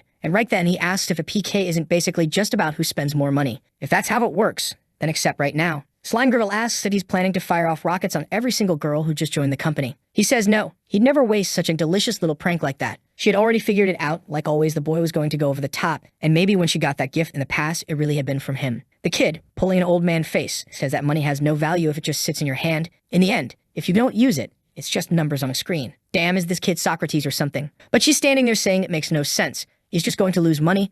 Most of it will go straight to the platform. She's starting to get worried he might go bankrupt at this rate. But the philosopher won't stop. First, he says life is just a handful of autumns. Plus, he came into this world with nothing, and when he leaves, he's not taking anything with him. Besides, this chance is a good one. If they win, it's the perfect way to put their company's name out there in a huge scandal everyone will hear about. And he trusts that she hired the best astronauts, surgeons, and engineers, so this chance is perfect. Slime Girl is falling for it, realizing that from a marketing point of view, this really is a golden opportunity. Future bathwater sellers are asking Slime what they should do, saying that if they accept this PK, they'll lose. But the queen tells everyone to just accept it right now. No shaking hips involved, and they all hit, accept. In the end, when our protagonist checks his phone, there they are, shaking back and forth on stream, taking fire from one side and getting blasted from the other. Everyone's curious. Who is this Doujin group? Looks like they're going head-to-head with the Mio group. That's insane. Mio are the top dogs. But Wang is just thinking about what furniture he's going to buy, what else he wants. He doesn't care at all. That's when Slime Girl rushes in saying they're getting destroyed. Mio came fully prepared. She asks if maybe it's time to start investing a bit to pull the girls out of the pit. But he says no. They need to conserve energy and wait a little longer. When the tension is at its peak, when everyone is laughing at them, that's when they'll strike. Then he tells her to go back and make sure the engineer's mental state is solid, because they can't get discouraged. Meanwhile, across the street, the rival boss is popping champagne, saying nothing feels better than celebrating early when the victory is already in the bag. He doesn't care that they lost Slime. They're about to make a ton of money and prove they're still on top. But the uncle in the corner tells him to cut it out. They're beating a company that just opened, and he's celebrating something this stupid. And the uncle isn't dumb. He's thinking losing Slime was actually a huge blow, even if she did pay back all her debts. Right then, he sees a post online where people are saying that the one behind Doujin is actually Slime. Looks like a shareholder paid off her debts, joined forces with her, and that's why the girls look kind of resembled her a bit. Right away, the uncle orders him to explain why they lost their top streamer to the competition. The boss is completely shaken. He can't let his uncle know he messed up. He tries to keep his pride, saying, "That fool was tricked by that rich guy who paid her debts, but soon enough she'll realize she's not qualified to run a company." I thought the uncle was about to rip him apart, but he actually says the guy makes sense. But just then, someone bursts through the door saying a huge donation just came in. The boss has déjà vu. He remembers those rockets he got hit with before. He says, "Relax, nobody's going to invest 30 million just to win this little fight. Makes no sense. These girls just started." But the uncle just looks at him and says there's no way they can lose. It must not lose. The boss insists he guarantees it. That will never happen. But the guy holding the phone shows him that the rockets are already flying again. The boss forces a calm smile and says it's just a wave, then immediately orders his grandson to put an end to the fight. Back at the company, Slime is stunned at how fast our boy's fingers are moving. Every time he spends, the system rewards him, obviously, and she's begging him to slow down, saying he's already spent enough, maybe chill a bit. In PK battles, there's a little bar that shows the score, but he spent so much more than the others that their bar is tiny, almost invisible. The guy is just hopping from livestream to livestream, dropping 500 rockets, 500 rockets, 500 rockets, then 5,000 rockets. She's sure now it must have been him that day. But he's calm, saying he's just showing them how it's done. She, however, is thinking this is already way past the limit. Then he suddenly calls for her. She gets up, wondering what his order is. He tells her to remember their plan, to become untouchable. She says she understands, so he tells her to go back and pump up the girl's spirits. As soon as she leaves, he looks at the tablet, saying that's the style he wants. Apparently, the kid wants to turn part of his company into a nightclub. Right then, he checks his phone and sees he has more than enough money to pull it off. Meanwhile, at other media companies, everyone's trying to figure out who this Doujin group is. Even the platform that owns the app must be raking in cash. The Tiger Guys, as they call them. People are saying they've never seen anyone grow so fast before. All those streamers gain 2 million followers each in a single day. Back at our boys' company, the rockets keep raining down on the girls, who are completely worn out, sweaty, exhausted, jaws dropped. The moment he walks in, they all rush over, wanting to talk to him, give him a bro hug. But he tells them to calm down. Their earnings from those contracts would be divided according to what they had agreed on earlier. They had been worried that he might take all their winnings since he was the one who spent the money. The system praises his kindness and gives him 500 coins. He grabs the damn thing and demands to know why the values are so random. While the girls are celebrating, Slime just stands there watching. Meanwhile, the Mio group is not happy at all. They're reading all the comments, tearing them apart. They picked a fight with a brand new company and still lost every PK match. Right then, a secretary comes in saying maybe they should change their name. Doujin just posted something saying it'd be better if they did, though she doesn't know why. The boss is furious, while one of the guys is trembling. The secretary leaves, and the boss immediately slaps him, demanding to know how he disappears for 5 days and turns the company into a laughingstock. The guy lying there mutters that they profited off her departure, and the boss makes him repeat it. If Gao Wen were still at the company, none of this would have happened, since she was the one who recruited those girls. He drops into his chair, thinking this chaos came out of nowhere. How did they lose a girl like that? And now this damn guy shows up just to wreck their company. The ex-boss has his hand on his face, saying that guy looked like a loser before. But the current boss tries to play the nice guy, saying he's told them 1,000 times not to discriminate between the rich and the poor. He also heard that they gave Gao Wen a hard time back when she was here, and she was their top streamer. The guy tries to argue, saying he did it in front of everyone and no one complained, which earns him a flying kick on the spot. Back at Doujin Media, Wen is asking if it's really okay for him to spend so much money, 1.6 billion. But he says it wasn't a big deal. He only spent 200 million. The rest came from fans. Oh, okay then. Guessed he didn't go that crazy. She still thinks that's not exactly a small amount, while Hang is quietly thinking that he never imagined he'd ever say something like that wasn't much. But then he tells her to relax. This sacrifice will bring way more profit in the future. She should be smiling because what's waiting for them is brilliant. Just like the saying, success creates more success. He just wants to keep that momentum going. From here on out, things are only going to get easier until they reach the top. His phone rings, it's the renovation company, and he tells Slime he's heading out. He says his goal is to make money together with everyone so that everybody can be happy. At least that troublemaker is smiling non-stop now. And wait a second, we're already 30 chapters in and our protagonist hasn't made a move yet. Damn this guy. The scene switches to his house, where a bunch of workers are turning the mansion into a nightclub. He's barking orders, telling them to pour cement here, do this, do that, when a butler shows up all cheerful, saying he's a neighbor and came by to visit. Our boy recognizes him right away. Definitely the butler from next door. The guy looks so refined. Maybe he should get butler too. Or better yet, a maid. That would be nice. He apologizes for being covered in dust, but the man says it's no problem and hands him a box, premium wild mountain ginseng. Our boy says he's very kind and promises to stop by for a visit soon. Later that day, he's exhausted. Well, as exhausted as you can get just bossing people around. Then he gets a call with the most classic invite ever, a school reunion. There's always one of these, and he knows exactly what these reunions are about, a chance for the successful ones to humiliate the ones who are struggling. But it's not like he has anything to fear now. He smiles and says sure, he'll go this year. The person on the other end seems surprised, wondering if he agreed so quickly just because a certain someone will be there too. Back with the butler, he says the young man seemed kind and polite, didn't look down on him for just being a butler. Plus, he took off his gloves and cleaned his hands before accepting the box, which shows he's well-mannered. Wait, are they investigating our boy? Get out of here with that. Right then, the skinny girl senses something off, and when she looks back, there's a copy-paste couple walking in. Must be the new clown in the story. She warns them again that she's told them 1,000 times not to come here. The blonde guy asks, what's Zhao Zhao talking about? What kind of attitude is this? This here is her future daughter-in-law. And this blonde, she must be the crocodile tear type. She immediately asks if Zhao Zhao has something against her or if this is some kind of misunderstanding. Zhao Zhao turns away while Yuliu says she's just stirring up trouble between them, so she should leave. But the guy puts a hand on her shoulder and tells her that his sister is just being dramatic. She doesn't need to worry. Zhao Zhao, however, is still angry, and the guy asks if she's jealous. He reminds her that if she wants to inherit the family fortune, she has to get married. Zhao Zhao just laughs, brushing off the jealousy talk, saying she just turned 20 and marriage is the last thing on her mind. She's not some opportunist who would marry just anyone just to get an inheritance. Besides, not just anyone can be part of the Ping family, and he should know that their grandfather won't approve of this. Finally, we get to the day of the school reunion. You just know our protagonist is about to get mocked by like 15 people, embarrassed to hell, just so he can pull an Uno reverse at the end. Slime waves goodbye, says she'll pick him up later and leaves while he's got this feeling that today he's going to make a lot of money. That's when he notices 3 people standing outside. The one in red immediately recognizes Wang and asks why he just got out of a luxury car. The red-haired friend next to him says it must be some rich old lady. But the other one says it's not always a woman, sometimes it's a guy. The world is very open these days. There are lots of possibilities. The protagonist, though, steps right in and throws fuel on the fire, saying that if he can land a rich sugar mama, it's because he's capable. Clearly, they're just not. The blonde snaps back, saying she's not jealous of something gross like that. If she wanted, she could get an old man too, but she's not interested. The protagonist grins and says he knows she married the director of a certain factory, even stole the guy's wife's spot and became the stepmom to his kid. So yeah, that man wasn't exactly young. Right then, the black car pulls up and Yu Liu steps out with her new guy. Everyone clearly recognizes her as a goddess, and they're all shocked she's involved with the Ping family. One of the guys gives the protagonist a playful punch on the back and says he heard he only came because of her. Why don't you go show you've got guts and say hi? He just says sure, walks over and greets her. She's a little embarrassed, kind of shy. Then our boy casually says that his girlfriend is a bit jealous, so they can keep talking if they want. He's heading inside. Obviously, the group of 5 standing there are thinking he just embarrassed himself. Yuli waves goodbye to her guy, who hands her his phone, and damn, look at the size of that dude's hands, and leaves. The girl in the red dress says that she's impressed, that she wishes she could find someone so amazing. Yulia thanks her. Cut to upstairs. Everyone's drinking and having a good time, while our protagonist is chilling quietly off to the side. At another table, a guy is bragging, saying the economy's rough this year. I only managed to buy 1 floor of the building across from City Hall. Another guy goes, damn, that's crazy. You must be loaded now, huh? Eh, not really, he replies. Meanwhile, at the girls' table, one of them is flashing her ring, saying her dream was to become a housewife, and she's about to make it happen. All the copy-paste girls are full of envy, saying no wonder the ring's huge. She landed one of the Ping family boys. The blonde is just leaning back, gloating, saying nothing feels better than seeing these poor girls jealous of her. Cold-blooded. Meanwhile, the protagonist is on his phone checking out the construction project for the hospital building he's gifting. It looks nearly done. The guys in the corner want to know why he's just staring at his phone. What's wrong, man?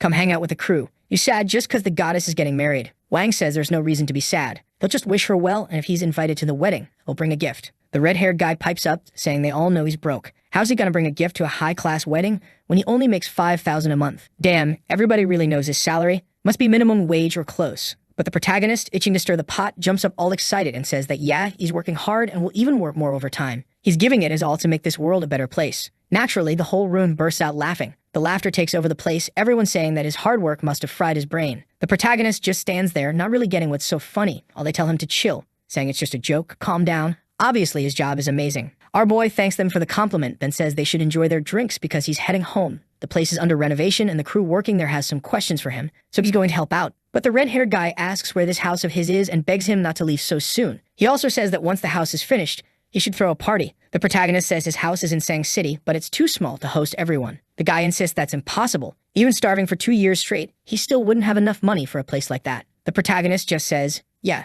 that's true. But just as he's about to leave, the blonde in the tight dress calls him out, telling him to stop trying to run out on the bill. He looks confused and says that when they post the bill in the group chat, he'll send the payment. But she yells that a bottle of wine there costs over $1,000. This is one of the best restaurants, and she's sure that when they put the bill up, he won't pay. The protagonist, though, just makes a $10,000 payment on the spot and tells her to quit bothering him because he wants to leave. I thought everyone would be shocked, but nope. The whole room bursts out laughing, saying this idiot never learns. He worked 2 whole months just to blow $10,000 trying to impress people. Then the blonde stands up and says him trying to act like he has something only makes him look even more pathetic. Dan, he's actually getting humiliated, even as the protagonist. Things are rough. The blonde even stands up and says, give the poor guy's payment back, everyone. I'll cover his share later. Meanwhile, in her head, she's thinking she's really nailed it. She's radiating the aura of a beautiful, kind-hearted princess now. But the protagonist has overheard plenty of stories about how she humiliates other people, so he knows this is fake as hell. He tells her not to worry that $10,000 doesn't mean anything to him. The copy-paste girls, though, tell them to just accept it and stop being ungrateful. Ran Yuliu, clearly feeling humiliated,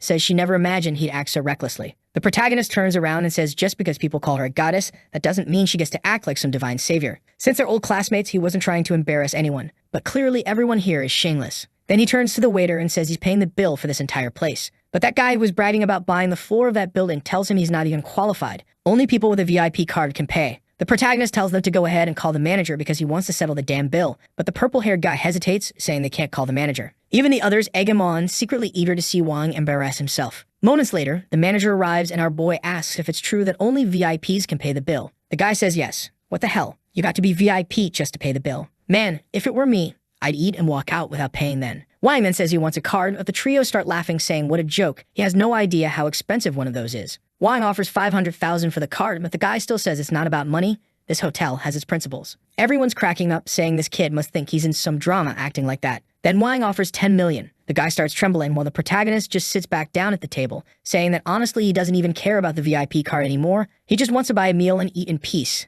The guy scratches his chin, puzzled. This kid doesn't look rich, so what kind of person drops $10 million just for a single meal? He walks up and says this joke has gone far enough, but Wang pulls it out and tells him to take it. The friends catch a glimpse of the gold card and say it's all scratched up. Normally, rare cards like this are kept pristine because they're so hard to get. Clearly, they think it's either covered with stickers or just a fake card. Everyone is sure he's gone crazy. Poverty must have fried his brain. The card gets scanned while everyone keeps laughing, saying it's hilarious watching him pretend to be rich. Then suddenly, the cashier twitches and announces it was successful, and the manager nearly has his soul leave his body. The man actually blushes, asking if $10 million really went through. Our boy says, well, it looks like he can finally enjoy his meal in peace, right? The manager, heart practically bursting, says absolutely, and then announces to everyone that unfortunately, they all have to leave the restaurant. And of course, the system congratulates him right away for treating money like it's just numbers on the screen. That friend from earlier, the one who was bragging, wants to know what's going on. Why are they kicking everyone out? They were all classmates. Another girl, the cute one sitting on the left, says that everyone here is influential in the city and warns that he's about to make a lot of enemies. But the protagonist says he knew from the moment he was invited that their goal was to humiliate him, and he has no problem if they want to be his enemies. But he asks the same question back, aren't they worried about having me as an enemy? Damn, that blonde with the little cross earring is prettier than all the main girls so far. Artists, you're wasting the good designs on side characters.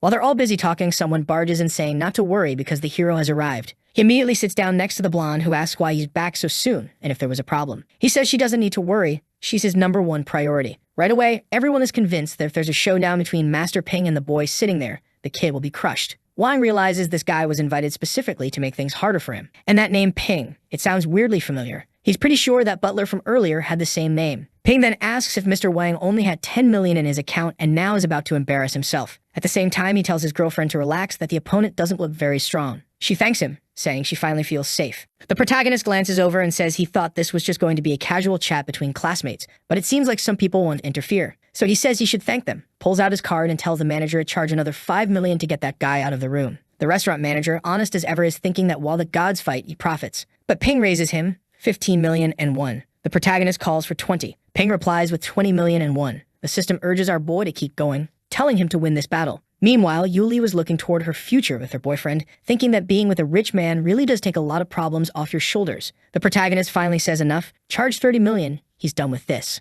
Once again, the side characters have better designs than the main girls. What's going on here? Everyone is telling the boy to stop, saying he's about to be humiliated by Ping. But after hearing 30 million, Ping hesitates. He's trembling inside. The kid is really spending 30 million just to have this private room and a meal. His original plan was to spend all this money and then explain to everyone that it was an investment, that it was all just a joke. But 30 million is insane. You can't invest that much in a place like this. It's not like you can just print money. Well, the protagonist basically can. So you might as well give up. The waitress brings back our boy's card and the manager confirms that 30 million is the final amount. He starts counting, going once, going twice. Ping knows that this broke kid must not be using his own money. And worse, he knows he only did this because of that damn Yuliu. But honestly, she's not worth all this either. The protagonist, though, smirks and asks what the problem is. Aren't you going to do 30 million and 1? Then his phone rings. He says he has to take an urgent call. It's his sister, demanding to know what he just spent 20 million and 1 on. Did he invest in a hotel or something? He tells her to stop bothering him. It's none of her business. She says she's not trying to pry. It was their grandfather who asked. Now things are getting complicated for him. And this sister, who honestly is way less attractive than all the side characters upstairs, says she's arrived at the hotel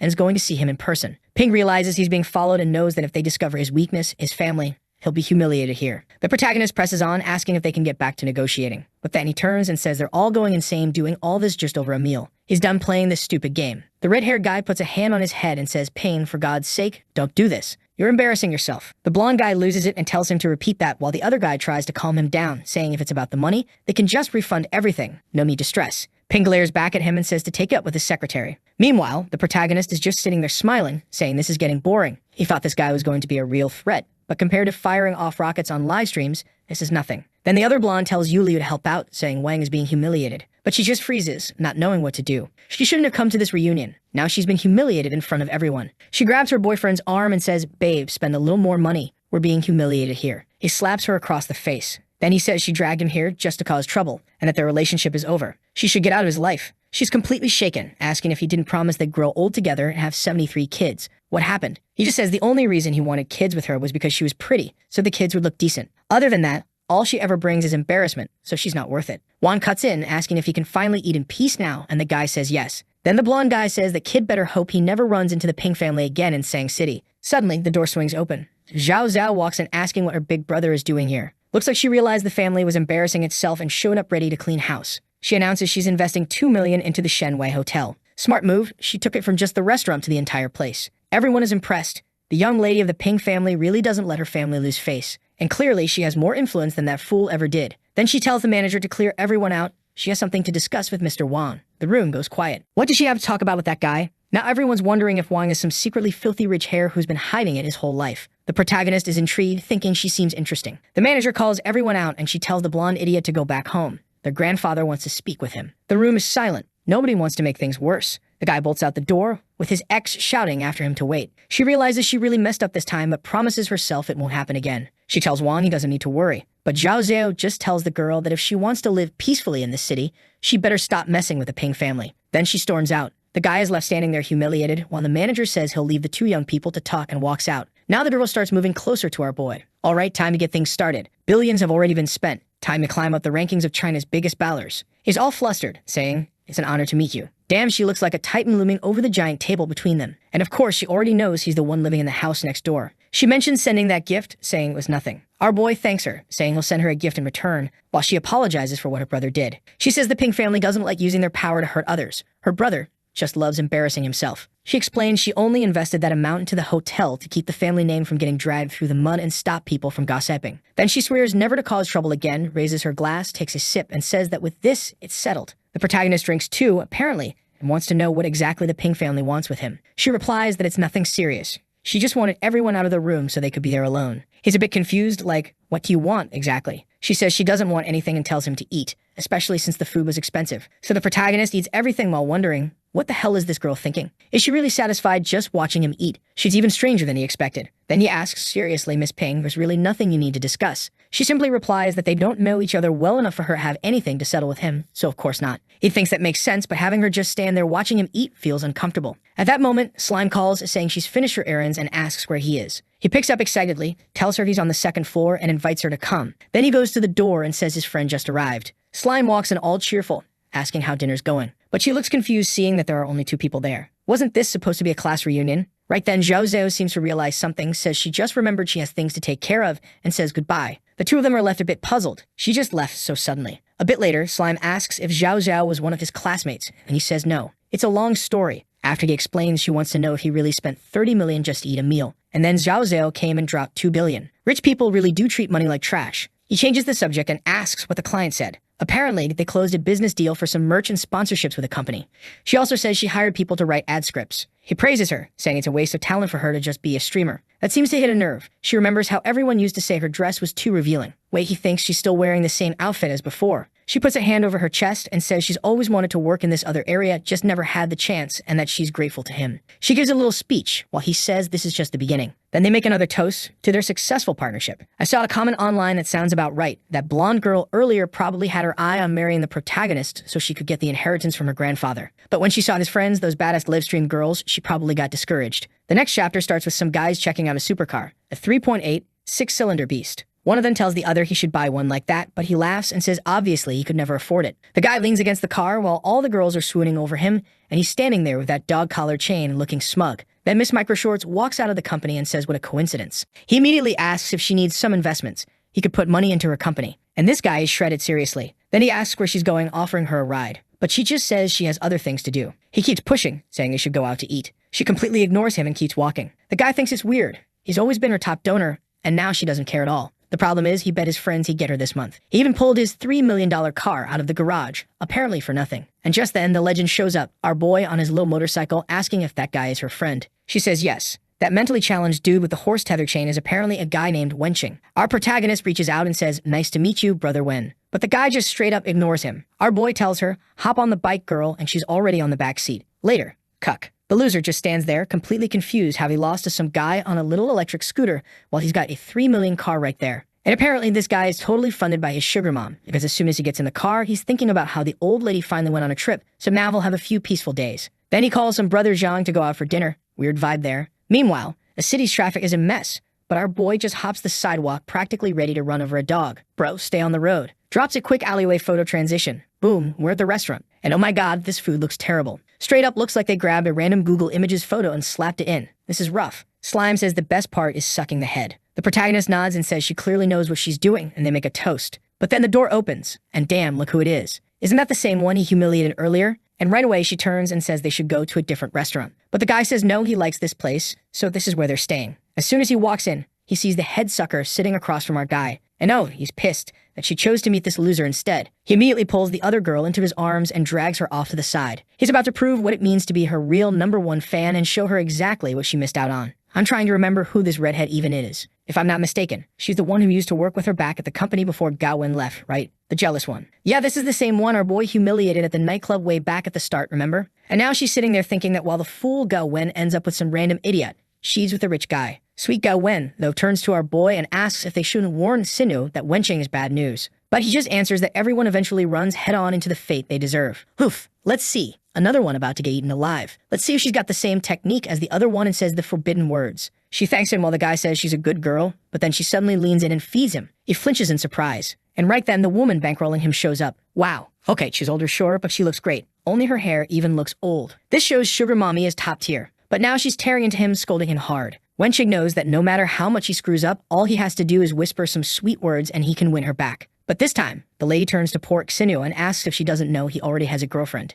Xinu is furious. Not because she lost him, but because those two just saw her get humiliated. Then the sugar mom grabs Wenqing and says she's given him everything. Car, house, allowance. And he still cheated. Then she turns to Xinu and slaps her, saying she must have a death wish trying to steal someone else's man. Wenqing immediately drops to his knees and clings to her, saying he's an innocent man. Xinu is seductive and cruel. She used every trick to try to steal him away. Poor Xinu is just standing there completely stunned at what he's saying. The sugar mom asks if he's telling the truth, and he says yes. Yes, he's always loved her more. And here it comes, the classic. If you love me, prove it. Didn't even need to finish. He gets slapped across the face again. Xinyu starts to ask if Wenqing has lost his mind, but he yells at her, saying to stop buying him meals just to seduce him, trying to get him drunk so she can drag him to bed. Xinyu protests that he's lying while the protagonist just sits there with his eyes closed, calmly watching. Gaowen thinks he's being an idiot, Wenqing saying stuff like that when he's the one in the wrong. The protagonist grabs a plate of food, which at least doesn't look as bad anymore, walks right up to Wenqing and asks, "What's your problem?" Then bam, smashes it right in the guy's face, telling him to go to hell.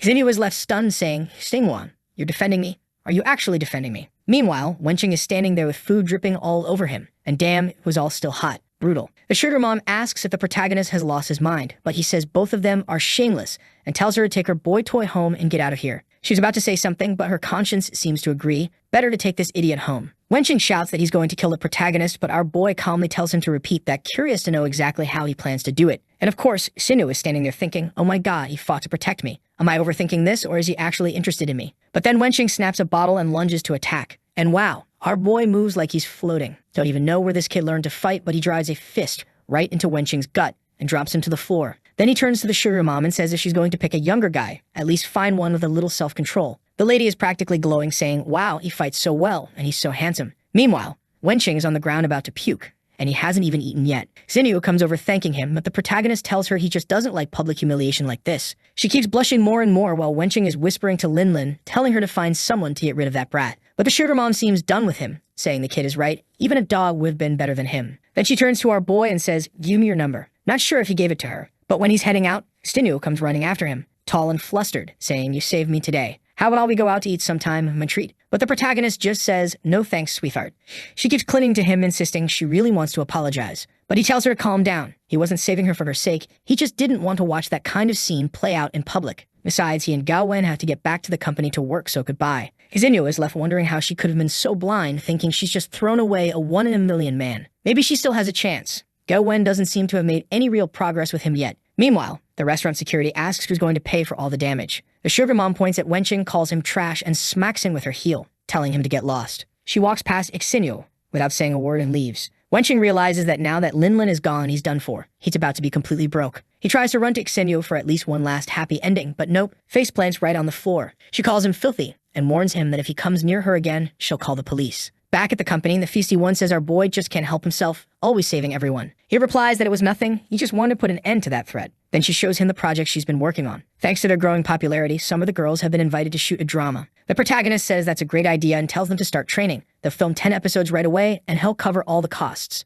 She says he doesn't need to, the company has money for that, but he insists that the company is still new and it's risky to spend its funds. So he transfers his own money, and of course, the system rewards him for never thinking about himself first. Before Gaowen can even react, he puts a hand on her shoulder and says he has to check on the house renovations, so they'll talk later. Back on the bike, they pull up and he notices the weather feels nice. Well, not that nice, because the loser couple is standing right out front. That future cuck is about to get humiliated. I wonder if Yuliu is eventually going to catch feelings for our boy. And just as I'm thinking that, bam, she gets slapped across the face, hits the ground, and is left abandoned on the street. Maybe she will, especially when some Chad strolls up and, hey babe, don't cry. The night's still young, come with me. Just kidding. He doesn't say any of that. He just offers her a handkerchief while she thanks him, asking if he came just to laugh at her. He says no, she's overthinking it. He lives right across the street. He was just heading home. And now she's curious. The house is yours? Let's just say yes. Now she's thinking what the hell happened in the 2 years since he left school. He went up against the Pings, bought this house. Something's off here. But she's an actress, so she asks if he's angry at her. The boy steps closer, saying he's not angry. And he realizes this conversation is starting to get dangerous.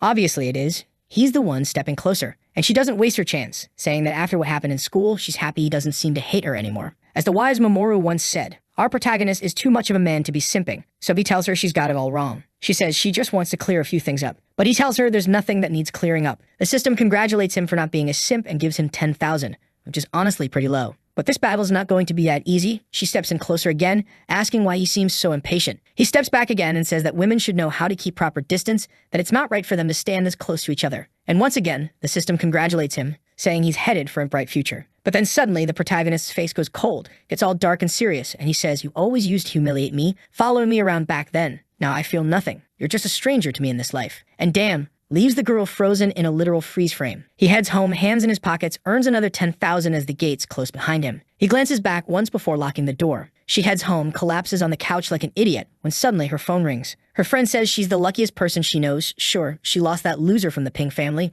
but apparently the other guy who used to follow her around has way more money now. Her friend tells her to message him quickly and says, there's this streamer stuff going on. This guy has donated billions in rockets. As soon as she finds out it's Skin Wang again, she just drops the phone thinking about how stupid she was to throw away someone who had given her a life of pure luxury. But after panicking for a second, she quickly regains her composure and gets motivated, saying she doesn't lose in looks to any celebrity. Besides, it's even easier for a woman to chase after a man. She's confident she can make him fall for her. Meanwhile, back home, our boy looks at himself and realizes he's skinny as hell. Time to bulk up. He jumps online and looks into hiring a personal trainer. But suddenly, the system pops up and says, a girl is feeling deep regret toward you. Seems like an evolution is about to trigger. It's the classic 90% meter, but in this case, he needs to make her feel 90% regret. If he does, he'll get 5 points to spend on strength, intelligence, or charm. Xinyu is currently at 50% and mangacaped, who I think is Rain Yulio. Though the name doesn't match at all, is at 80. Current stats, height 1.78, strength 25, intelligence 45, charisma 35. And without a second thought, since he's been wanting to get stronger anyway, he dumps all 5 points into strength. Looks like he got them right after unlocking this new system feature. He celebrates feeling an extra burst of strength in his arm, thinking this feature could have unlocked before he paid for all those lessons. But now he's got to go anyway. Might as well see if they're worth it. Next day at E-Hour Gym, he walks in. The receptionist asks if he's there to train, and he says yes. He tells her he booked 20 personal training sessions and his name is Hang Wang. While she's checking the computer, he looks around and notices it's full of girls in micro shorts. At least the place isn't too crowded and the equipment looks solid. Then the receptionist says she found the 20 sessions he purchased, but tells him he's not a member of the gym. He still needs to sign up and buy a membership card.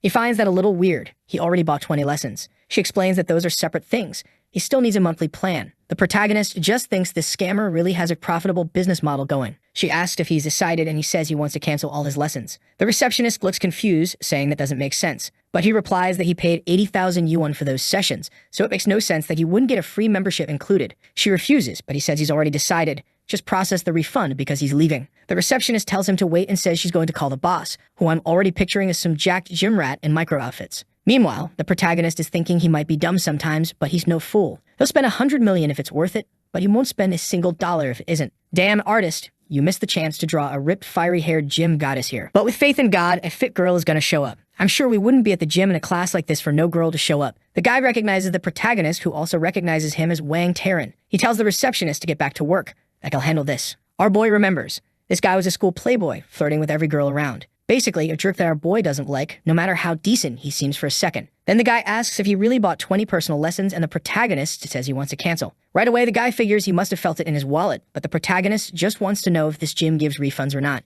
Taran tells him to calm down. He just saw a familiar face and wanted to chat a bit. Plus, you should know Gao Yuan works there too. He calls her over, sure she's gonna come all mad. While looking at our boy, he says he hasn't seen her in forever. Apparently, she was talking about him a few days ago. Then someone calls out to him and asks what's going on. Wait, that blonde girl? Doesn't she look like the one who dumped him? But wasn't her name Han Liu? Am I going crazy? Guess we'll see, right? Even I'm confused. The protagonist, on the other hand, is pretty happy she popped up in the system of all her stats. 5'6", 115 pounds, 24 years old, 8 out of 10 looks, and 0% regret. Guess it really is a different blonde girl, right? Probably that girl's sister or something. And the protagonist is celebrating, time to rack up some more points. The plan was to make this girl regret how she treated him back then. He remembers how dumb he was, actually thinking for a second that she cared about him. He remembers her acting all cute, saying she saw him getting a love letter and telling him not to get distracted with other girls. Even though he was amazing, she was sure that girl only did that because of a dare or something. The protagonist, feeling a little shy, told her not to worry. He wasn't gonna fall for anyone else because he only liked her. Damn, turns out their thing ran deep. The hand-holding moment girl, and she, all sweet, said he meant so much to her. The protagonist always thought she liked him in some way, but obviously she kept him in that almost but never zone. He'd give her gifts, but she'd tell him not to take it the wrong way and that other people might find it weird. Then the chubby guy would bring her a gift, she'd say the same thing. The blonde dude would bring her a gift, she'd say the same thing. And Wang knew one of the worst parts was that she acted like some rich Harris. And another problem, money alone wouldn't impress her. He always knew she had her eyes on that jerk Taran because the guy's jacked, looks like a model, and is huge. He's sure she only became a gym girl to hang around that guy. So how's he supposed to beat that? Still, he was hyped because the harder it is, the more fun it'll be to win her over. Then Yuan calls the protagonist, asking if he's got some kind of problem. Our boy, staring at her, thinks the plan is to make Taran look weak right in front of her. Man, no doubt he's about to dump every single point he's got into strength and start pulling 1,000,000 pounds. Then he says he thinks it's pretty abusive that after buying 20 lessons, he still has to pay for a membership. It just doesn't make sense. His buddy says that's the standard, and if he doesn't like it, he can just leave. The door's right there. Plus, he should be working out and walking a lot already, just from going to the subway to get to work. The protagonist says, yeah, that's a good workout, but it doesn't really count that much. And now that he knows Gao Yuan works there, he wants to buy a year's worth of membership just to show his support. Taran immediately puts his hand on Gao Yuan's waist and tells the protagonist not to get any ideas. Besides, they're not hurting for money, so he should quit acting like he's rich. They know the situation. Obviously, our boy is hating this deep inside. This bastard came to this gym and flirted with his woman. Weirdly enough, the protagonist laughs and says that his old buddy from back in the day understands his situation. Why not give him a discount? Taryn, confused, asks what discount he's talking about, and our boy asks him to take it easy. They're old classmates. The protagonist knows this guy probably owns this gym because of the financial support that girl gives him. Damn, this guy's the real protagonist. He gets the hot girl and she even funds a gym for him to work at. What is this man? I want to be him right now. But not for long, he's probably gonna get humiliated soon, right? Jerk. Then Taryn says that for the sake of their past friendship, he'll give him a 40% discount and bump his 20 sessions up to 30. But he better be careful not to embarrass himself at the gym and barely manage a few reps. Wag replies that he'll never forget this favor and that he'll definitely pay him back double soon. Then the dude leaves and the guy calls Zhang Qi, telling him to help our boy. Yun waves goodbye, and right then the bald guy asks if his dad's ever trained before and what he wants to focus on. The protagonist, though, says unfortunately there won't be any training today. He's got something important to take care of. The guy thinks it's a little weird but says fine. But when our boy leaves, the guy starts talking trash, saying it's shameful when men come to the gym just to pretend they're doing something. And the receptionist agrees, saying he's one of the worst, and a poor guy on top of that. But outside, the protagonist is smiling. The more they humiliate him, the sweeter the revenge will be. He hops on his scooter, asks the system to check his stats, and sees that he's grown a centimeter taller, realizing that maybe his strength or stamina is actually making him bigger. Now he's worried about turning into some giant monstrous bodybuilder, but the system tells him to wake up. That's not gonna happen. Then he thinks for a second, and asks to see Sinua's and Mengshi's stats. Oh, so that blonde I was thinking of before, the one who looks like the gym girl, that's Mengshi. Got it. Thanks for the new name. And now the protagonist is hunting for his victims because he needs to rack up some points to get stronger. He's eager to max out Mengshi to 100% and see what happens. She's the target this time. Meanwhile, the baddie is all happy because even if she doesn't have Ping anymore, she still has a shot at winning over Wang. She knows he genuinely liked her back in the day, and right now she's putting together the perfect natural makeup look. She knows that to men this means pure natural beauty, and when she's ready, every last strand of her hair is perfectly set for seduction. And right then, the protagonist is calling her. She smiles, thinking that means he's been thinking about her too. Now that he's calling, he must be falling for her. This is way too easy. All she has to do is stick close to him, show a few submissive signs, because guys like him love that feeling of flipping the game around. Man, turns out this girl really does know everything. But the vibe she's giving off feels like she's kinda lying, because her regret just went up by 1%. The system millifies the protagonist, and he finds it pretty interesting. So this brat really did like it when someone chased after her. He remembers how much she reminded him of Gao Yuan, who was love at first sight. Hard to believe that now he doesn't even want to hear about that other girl anymore. Right then, he picks up his phone and calls, and she answers, asking if he needs anything. He says it's nothing serious, while she's already smiling on the other end, wondering if her little technique worked, and he's about to ask her out. The protagonist tells her not to forget that he lent her a handkerchief to wipe her tears and she needs to give it back. The girl looks like a monster, asking him to explain what he even means by that. While the system praises our boy for such a pointless call, Mengshi stares at her phone, wondering who the hell asks for something like that back. She looks at herself in the mirror and says it doesn't make sense. Maybe he really does want to meet her, but he's too shy to say it straight. Of course, this loser must have made up that weird excuse. He's been like this since school.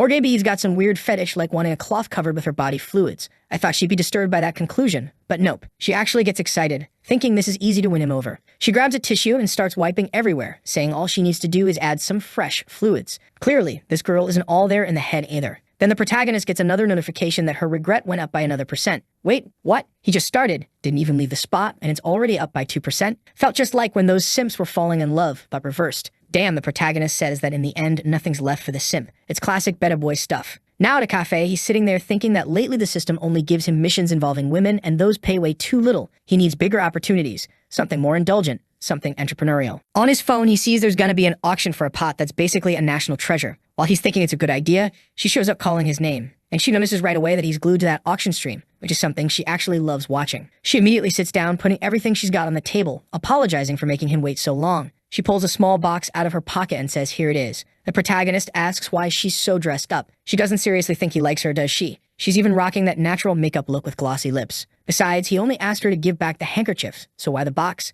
Mengshi tells him not to get the wrong idea. She didn't get dressed up for him. Plus, she says she only put on a little light makeup. But then, system goes up 1%. Right away, the protagonist says she's being fake. He's sure she's acting like this because she lost her shot with Ping, and now that he's not some broke loser anymore, she wants to use him as her backup plan. Damn, our boy just called her out completely. No mercy. She insists none of that makes sense. But the protagonist realizes this girl is a total love masochist. The more she complains, the higher the percentage climbs. Desperate, she demands to know how he even dares to think something like that. She says she always dresses up when she goes out, and besides, if he didn't want to see her, why did he ask to meet up in person just to return a handkerchief? The protagonist flat out says he asked her out just to humiliate her. He wanted to see her face crumble when her expectations were crushed. The same way she crushed him in the past when she called him poor and ditched him. Suddenly, she runs off saying he went too far while the system keeps going 1%, 1%, 1%. The protagonist smiles, thinking she might look like a goddess, but once the mask comes off, she's nothing. And he remembers her telling a friend that it's easy to get homework from that idiot. Just flash him a smile. But someone like him wasn't even worthy of carrying her shoes. The protagonist, though, thinks this is just the tip of the iceberg. He went through way worse than that. But the system was already sitting at 99.9%, and he gets 5 more points. The system suggests putting them into intelligence. What a dumb kid. But he dumps them all into stamina again. Once more, he feels that weird surge of power. It's like all of a sudden he can run 10 kilometers without stopping and burn off any fat without getting tired. Now it's time to go after Xinyu, since Mengshi's already shaken up and he can't farm points off her effectively anymore. Next day, our boy shows up for his first official workout. Look at him hitting the bench press, asking them to load up more weight. The trainer says,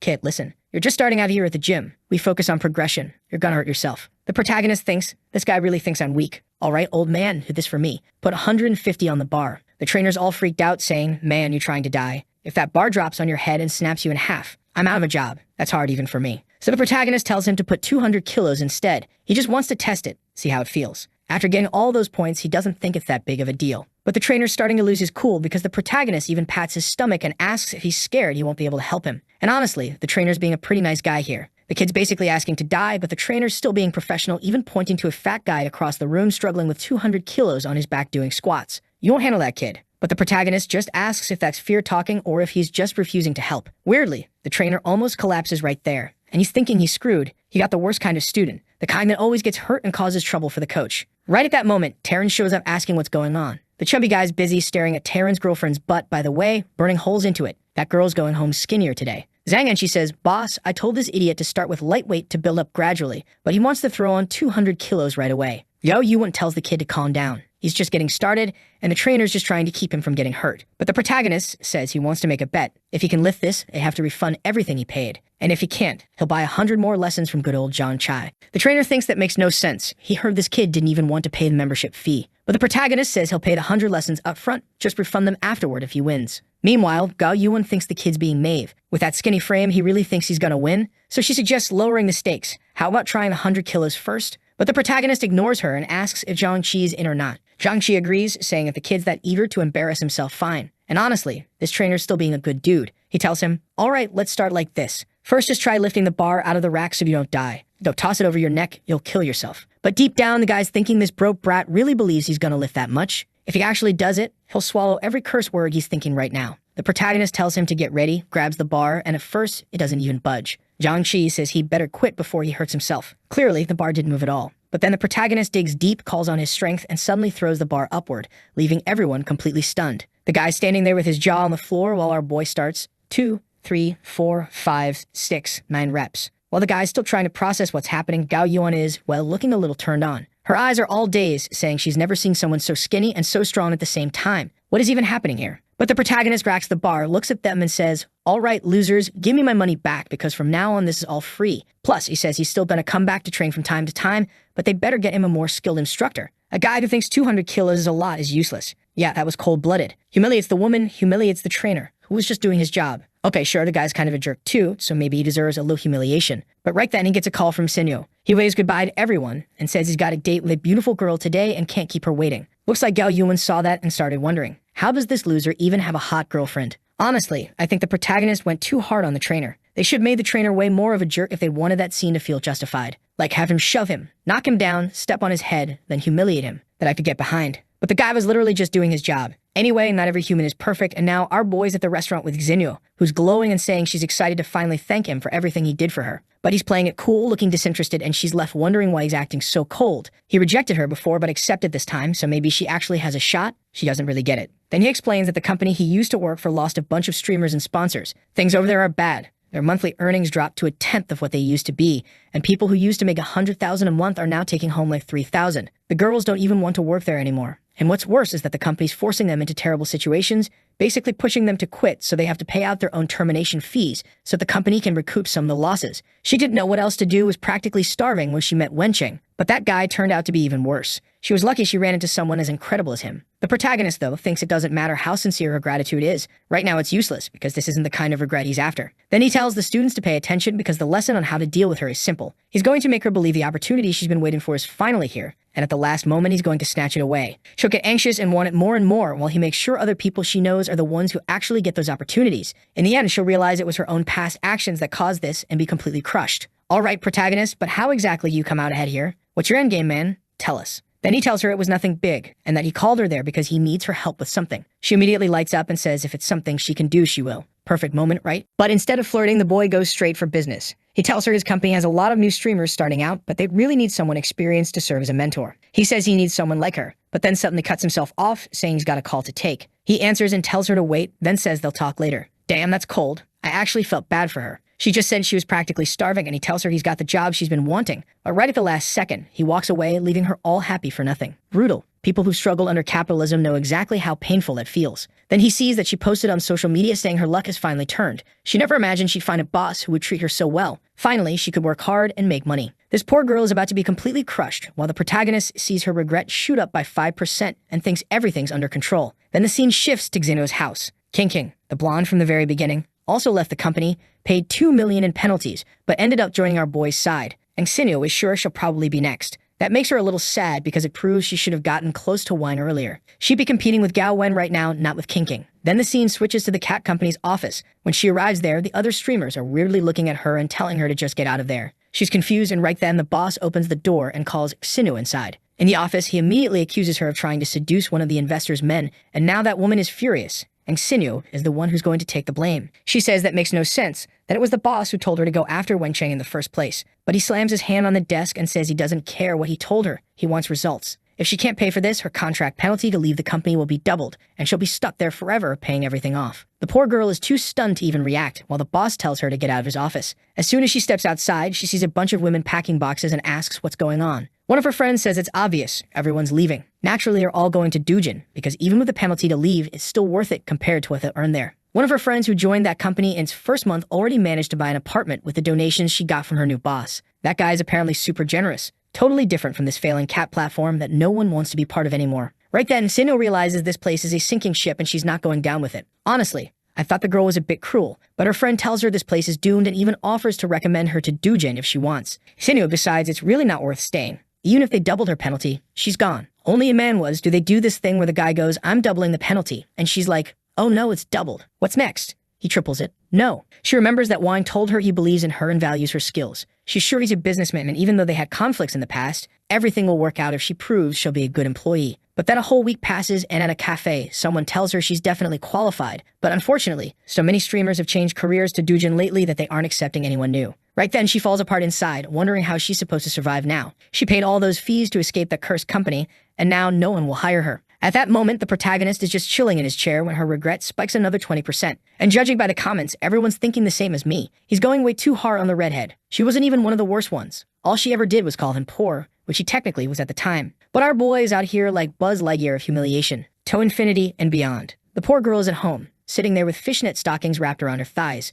Damn, what a sight. Texting our boy on WhatsApp, asking if they can talk about that job opening he mentioned before. But he tells her King already joined at Blonde from earlier, so forget it. She still insists, even sending a picture of a cute kitten winking at him, saying she just paid off the penalty to break her contract and that she used to be a top-performing streamer. So what about it? Does she still have a chance? He tells her that maybe she does have a shot. She just needs to talk to the recruitment team over there and see what happens. She'll probably do fine. But 5 days ago was when she found out all the positions were full and she asked if he can help her. 3 days ago, she messages again asking if he's there. 2 days ago, she asks if he's too busy. 1 day ago, she calls for him again and he apologizes, saying he had a lot going on. She invites him to grab a meal together, but once again, he ignores her. At that moment, the poor girl is thinking that if she had broken her contract back when he first opened his company, she wouldn't be in this mess now. But now she's screwed. Her house is mortgaged. That's how she managed to pay the penalty to leave her company. She has no source of income, no way to eat. She's got 800 yuan in her account, and she's already imagining that her old boss won't take her back since she tried to join Dujin and failed. On top of that, he'll probably make sure she can't get into any other company either. Blacklist her completely. She's crying in despair while imagining him still threatening her. But that whole thing was just in her head, and now she's left wondering what she's actually going to do. Then Slime walks into our boy's room and says Xinyo reached out to her.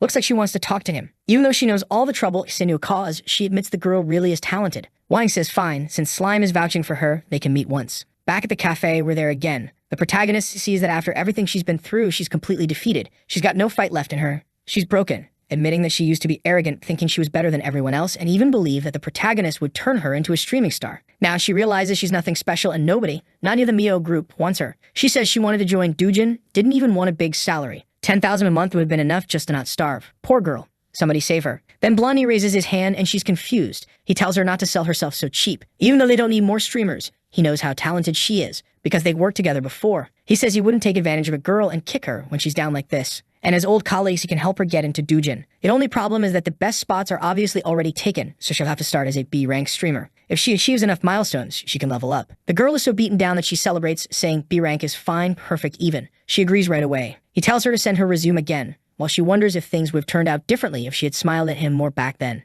Outside, she's apologizing again, saying she never imagined that the person she used to humiliate the most would be the one to save her. The protagonist says it's good she finally understood, and with that, her regret shoots up another 5%, hitting 99% total. I'm pretty sure those percentages don't add up, but let's just say we didn't see all the times it ticked up. The protagonist busy farming aura, saying that in this life, you never know pain until the knife cuts you. Another 5 points into stamina. He's celebrating, saying he feels stronger than ever. At that moment, he had reached the peak of a normal human's potential. And me? I'm still feeling bad for the poor redhead. But now he's heading back to the gym to humiliate everyone again. Honestly, I'm kinda hoping poor Zhang-Chi gets roasted one more time. When he gets there, he sees Terran training, doing squats, and says that today is the perfect chance. He tells the receptionist he's going to hit the treadmill, while Gao Yuan is already wondering if he doesn't look stronger, more energized. He even seemed taller now, and his body more balanced. What's going on, girl? Terran seems to notice something too and comes over to talk to our boy, saying he wanted a better personal trainer. So how about him? The protagonist says perfect, he's more than qualified. Then Terran says today they'll start with cardio. How about a light run for 50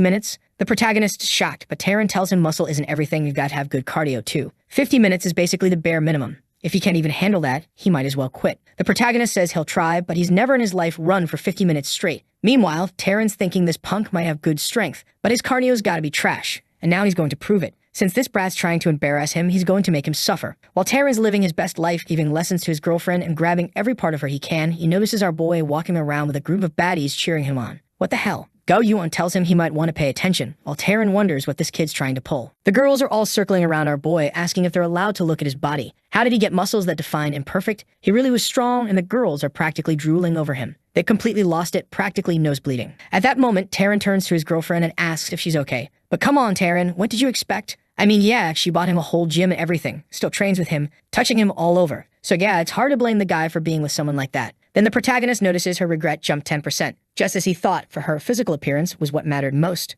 So the protagonist calls out to Terran, asking when they're starting the training session, but the guy's just wondering how this kid ran 50 minutes and still wants to talk about training. He tells him to take 10 minutes to recover first, but the protagonist says he's not even tired. Besides, he only has 2 hours to train, so he can't waste time sitting around. Gao Yuan can tell he's not faking it. He really doesn't look exhausted. And Terra's wondering if the kid's just trying to get the most out of his training because he thinks he won't be able to afford more sessions. He tells the protagonist it's better to rest and listen to his body's limits. But the protagonist just repeats that he's not tired and even asks if maybe Terran would be exhausted if he tried. That one gets under his skin. This brat is basically challenging him to a fight now out of nowhere. And here comes the villain backstory. Turns out in the past, Terran paid some thugs to attack Gao Yuan so he could show up and play the hero. But the protagonist got involved first and ended up getting beaten to a pulp. Then Terran used the opportunity, showed up at the perfect moment, and beat up all the guys who were already set up to lose to him. That's how Gao Yuan fell for him. And that's how he got this cushy life. Jerk. The protagonist asks again when the training's going to start. He's busy, coach. They need to be more efficient. Terran looks at his skinny legs and is sure he's been skipping leg day. Right away, he points out that his legs are too thin. How about they work on fixing his muscle balance?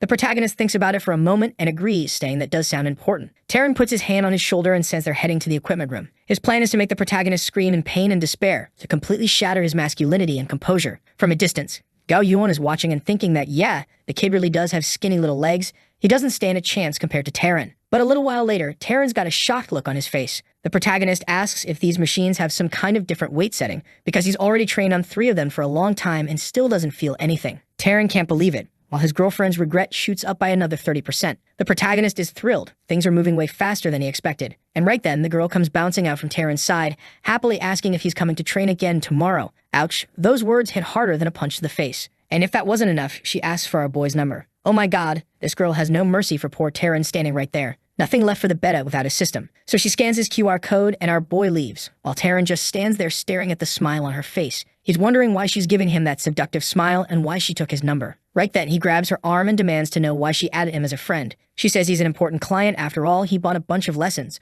so she needs to expand her business. Yeah, sure. Sounds like she's trying to expand something else too. Terrence snaps, yelling that he's not some important client, but she tells him to calm down. What is he jealous she likes Wong? He says the problem isn't her. It's the guy who's been hitting on her all this time. But she flips it on him, saying that apparently he has no confidence in himself and is just being passive-aggressive. And the poor guy's left standing there, completely lost, while she waves goodbye. Meanwhile, the protagonist gets home and sees her regret go up another 5%. Now all he has to do is sit back and wait for Taryn to keep making mistake after mistake, while that regret meter just climbs higher and higher. He's already lit the flame of comparison between the two of them. He doesn't even have to do much anymore. There's a Chinese saying that sometimes doing nothing is better than doing everything. Then Mengshi calls him. If I'm not mistaken, that's the other blonde, the one who looks like Gao Yuan. She wants to know if he's free tonight, but he says, nope, I'm busy, unless it's something really important. She says she just wanted to invite him out to eat. So yeah, basically a date. But our boy, he says having dinner with her these days is meaningless. The moment he says that, he stares at his phone waiting to see if that last 1% will tick up and hit 100, but nothing happens.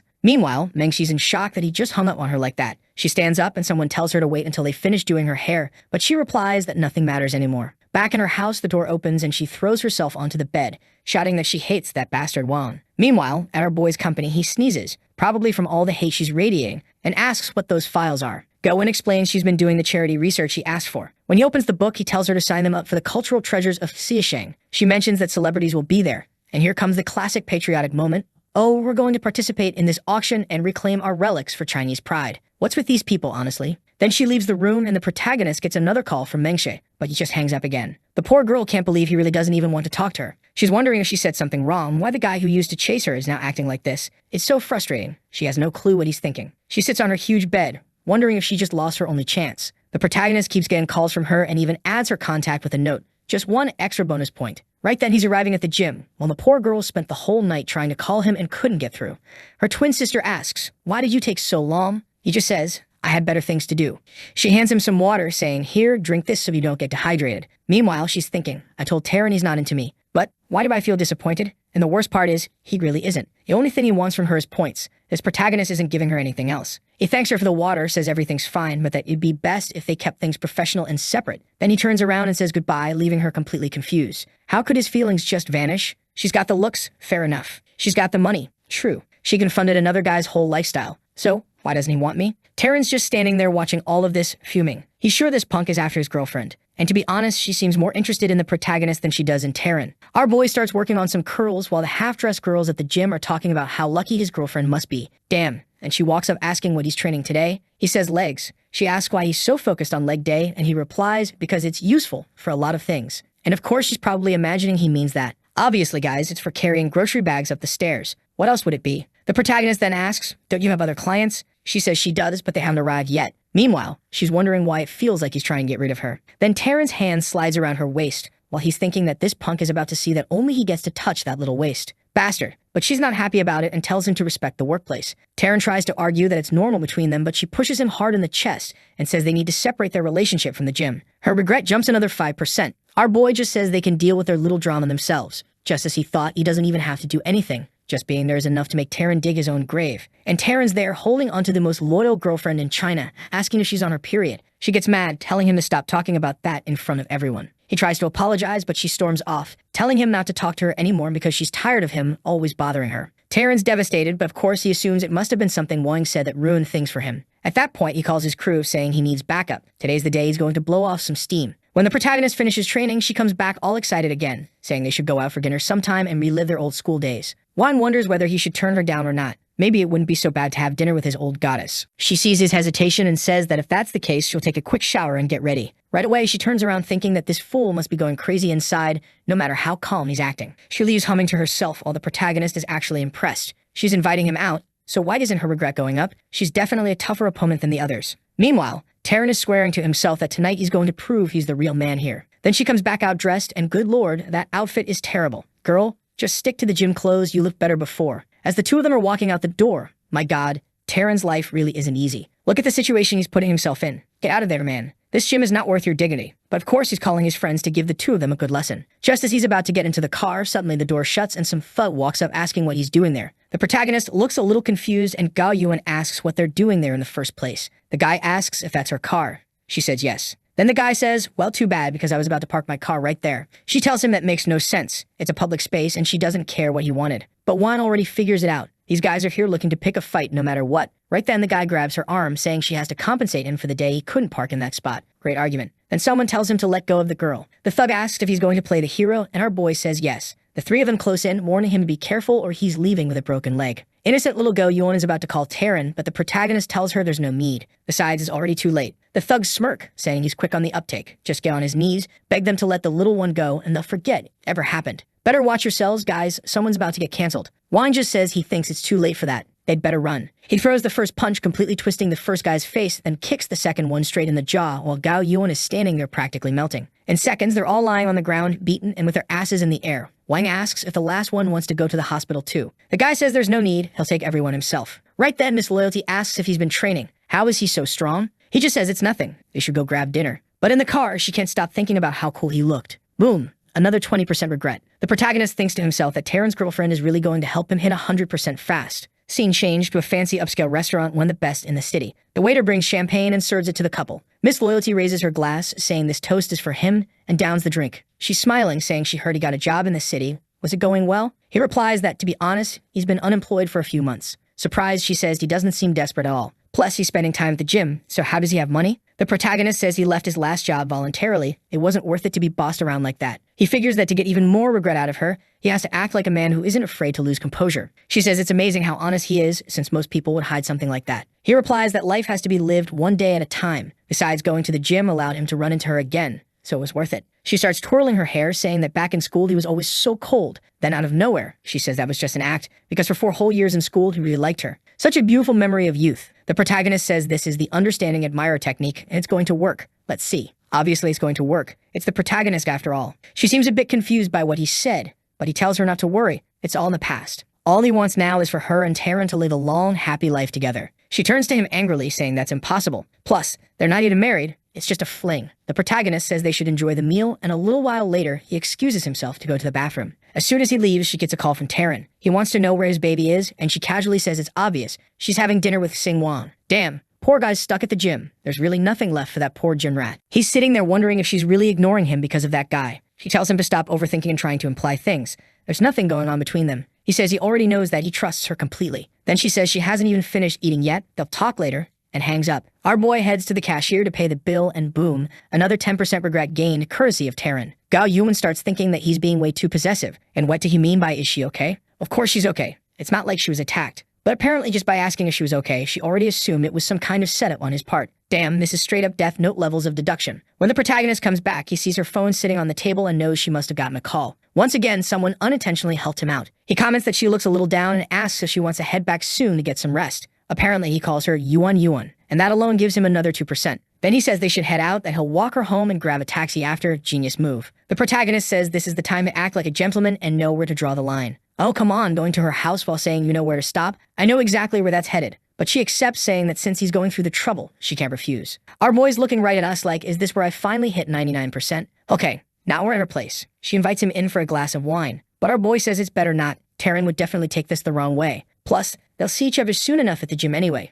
So goodbye, he's heading home. The protagonist says this is what it means to be a Sigma male. Oh please, that's cringe. But she's not letting him leave so easily. She tells him to wait and mentions that the gym seems like it wants to branch out into streaming too. She heard he's involved with that. He's a bit confused, but she asks him, please, to teach her, help her get started. Our boy agrees, saying he'll introduce her to the person who handles that part of the company since he's way too tired right now. He calls a taxi, says goodbye girl, and leaves. She's left there, stunned that he refused the wine, and then refused to help her too. But it was all worth it, because he's now at 99% and gets another 5 points. Just for refusing the goddess's invitation, he earns a whole pile of extra coins. This is the legendary Eternal Virgin system. Do nothing, farm points. The protagonist remembers back in school when he was just some awkward loser and she humiliated him. But now the tables have completely turned. The taxi stops in front of the hotel, and he says it's time to cash in on the Mengji situation. He's left her hanging for a few days, and now it's time to throw out the net and reel her in. Looks like he dumped 5 points into charm. Damn, he's really going all in. And there she is, right next to him, asking what he's doing there. She's already blushing, and just one look from him has her taking a deep breath, wondering why he looks so attractive even dressed so casually. She can't understand why her heart's pounding so hard, while the protagonist asks what exactly she wanted from him.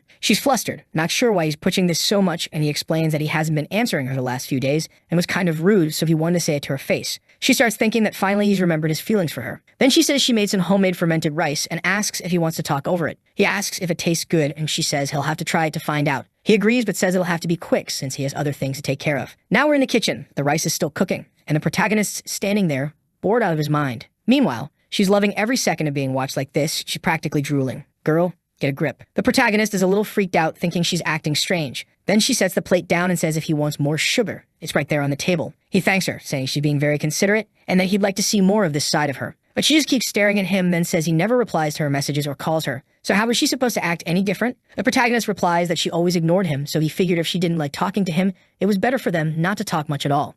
Our Moy is eager, wanting to maximize her regret. Then she pulls up a chair, sits right next to him, admits she was immature, and asks if they can be friends, while dropping that bombshell right in the middle of the room. But the protagonist says everyone needs to stay calm. Moments like these are when you can't lose your composure. Damn. He tells her she's sitting too close, and if they're going to be friends, they need to keep some distance. But as he says that, he takes a bite and winks, telling her it's delicious. The poor girl's a mess, tearing up, blushing bright red, practically sweating blood. He asks what's wrong. She turns to him, calling him stubborn. The protagonist keeps eating but admits he's confused. No matter what he does, she never smiles, always looks upset. He gets ready to leave, figuring he's just making her angrier and she won't sleep well tonight, but he still thanks her for her hospitality. That's where she grabs his arm and says she thought he understood what she wanted. She's sitting there with her eyes shut while he tries to figure out what she means. And since our boy isn't making a move, she takes charge, grabs his arm, slams the door, throws him onto the bed, and goes for it. Finally, the artist gets to display 101% of his talent. The protagonist just standing there thinking, Mengshe, what's happening? The girl's heel hurts. She fell to her knees, and she says she's not asking for his heart just yet. But she doesn't want to start this relationship from zero either. The protagonist asks if she's sure, and then, yeah, there's no going back. The mechanical bull just got switched on. The girl bites him playfully and goes all in, no regrets, taking the lead. But the protagonist, sharp as ever, flips the situation back on her. And just like that, after 52 chapters, Wang finally scores his goal, folks. And honestly, I don't even know if the bastard hit 100%, but he wakes up completely red-faced, thinking that even though he tried to keep his composure, his mind went totally blank. Then she wakes up asking him for a massage, and the system notifies him he's at 100%. He's just standing there admiring the system's power, wondering what's going to happen next. At the same time, he realizes that maybe to push that last percentage, he had to trigger a powerful emotion. Then he orders the system to hand over the reward for reaching 100%. The system explains that once he reaches 100%, the person starts helping him earn money. 30% of everything she makes gets converted into money for him. But since the protagonist is already loaded, he's not all that excited. Though he starts wondering, what if it was with someone way richer? The system just tells him he's being arrogant. He just got his first conquest, and he's already thinking of making a list. Then he gently pats her head and says he'll be back later, and she agrees that's fine. With that, he says goodbye, thinking to himself that it really was a productive night. Now that she's basically part of his staff, he's got to make sure she works hard. Back at the company, he greets everyone good morning, and all the girls are buzzing, saying it looks like another company wants to start a full-blown fight. Slime's standing right there, saying she's the target, while the girl next to her is restless, swaying her hips side to side. Now that he knows pushing that last 1% requires something big,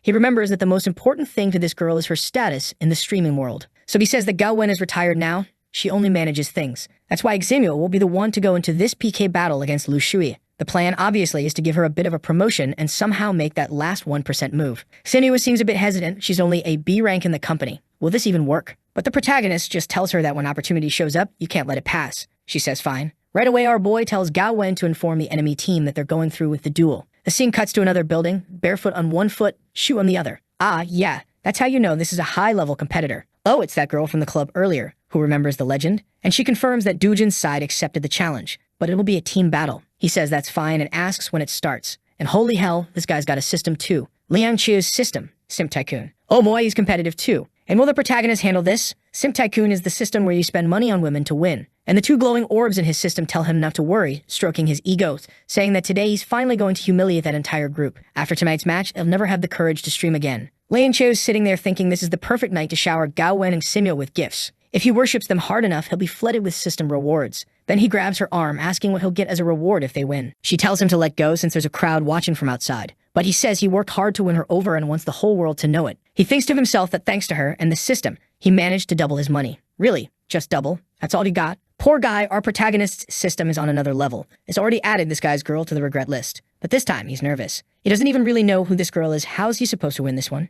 And he's pissed because most of the women the system chooses aren't even the ones he personally likes. What is his type, anyway? While he's talking to the system, Sinho suddenly walks in and asks if they can have a word. He says sure, and she awkwardly thanks him for giving her the chance to prove her worth. She promises to use all her skills and won't rely on anyone else. The protagonist is impressed. He didn't expect that much determination from her. But then he asks if she's thought about what happens if she loses. Obviously, his plan is to make her anxious, coming at her from a different angle. Poor girl, she suffered the most already, and she's about to suffer even more. He's thinking that now that he's figured out how the 100% mechanic works, he wants to have several women logged in the system so he can just lie back while the money rolls in.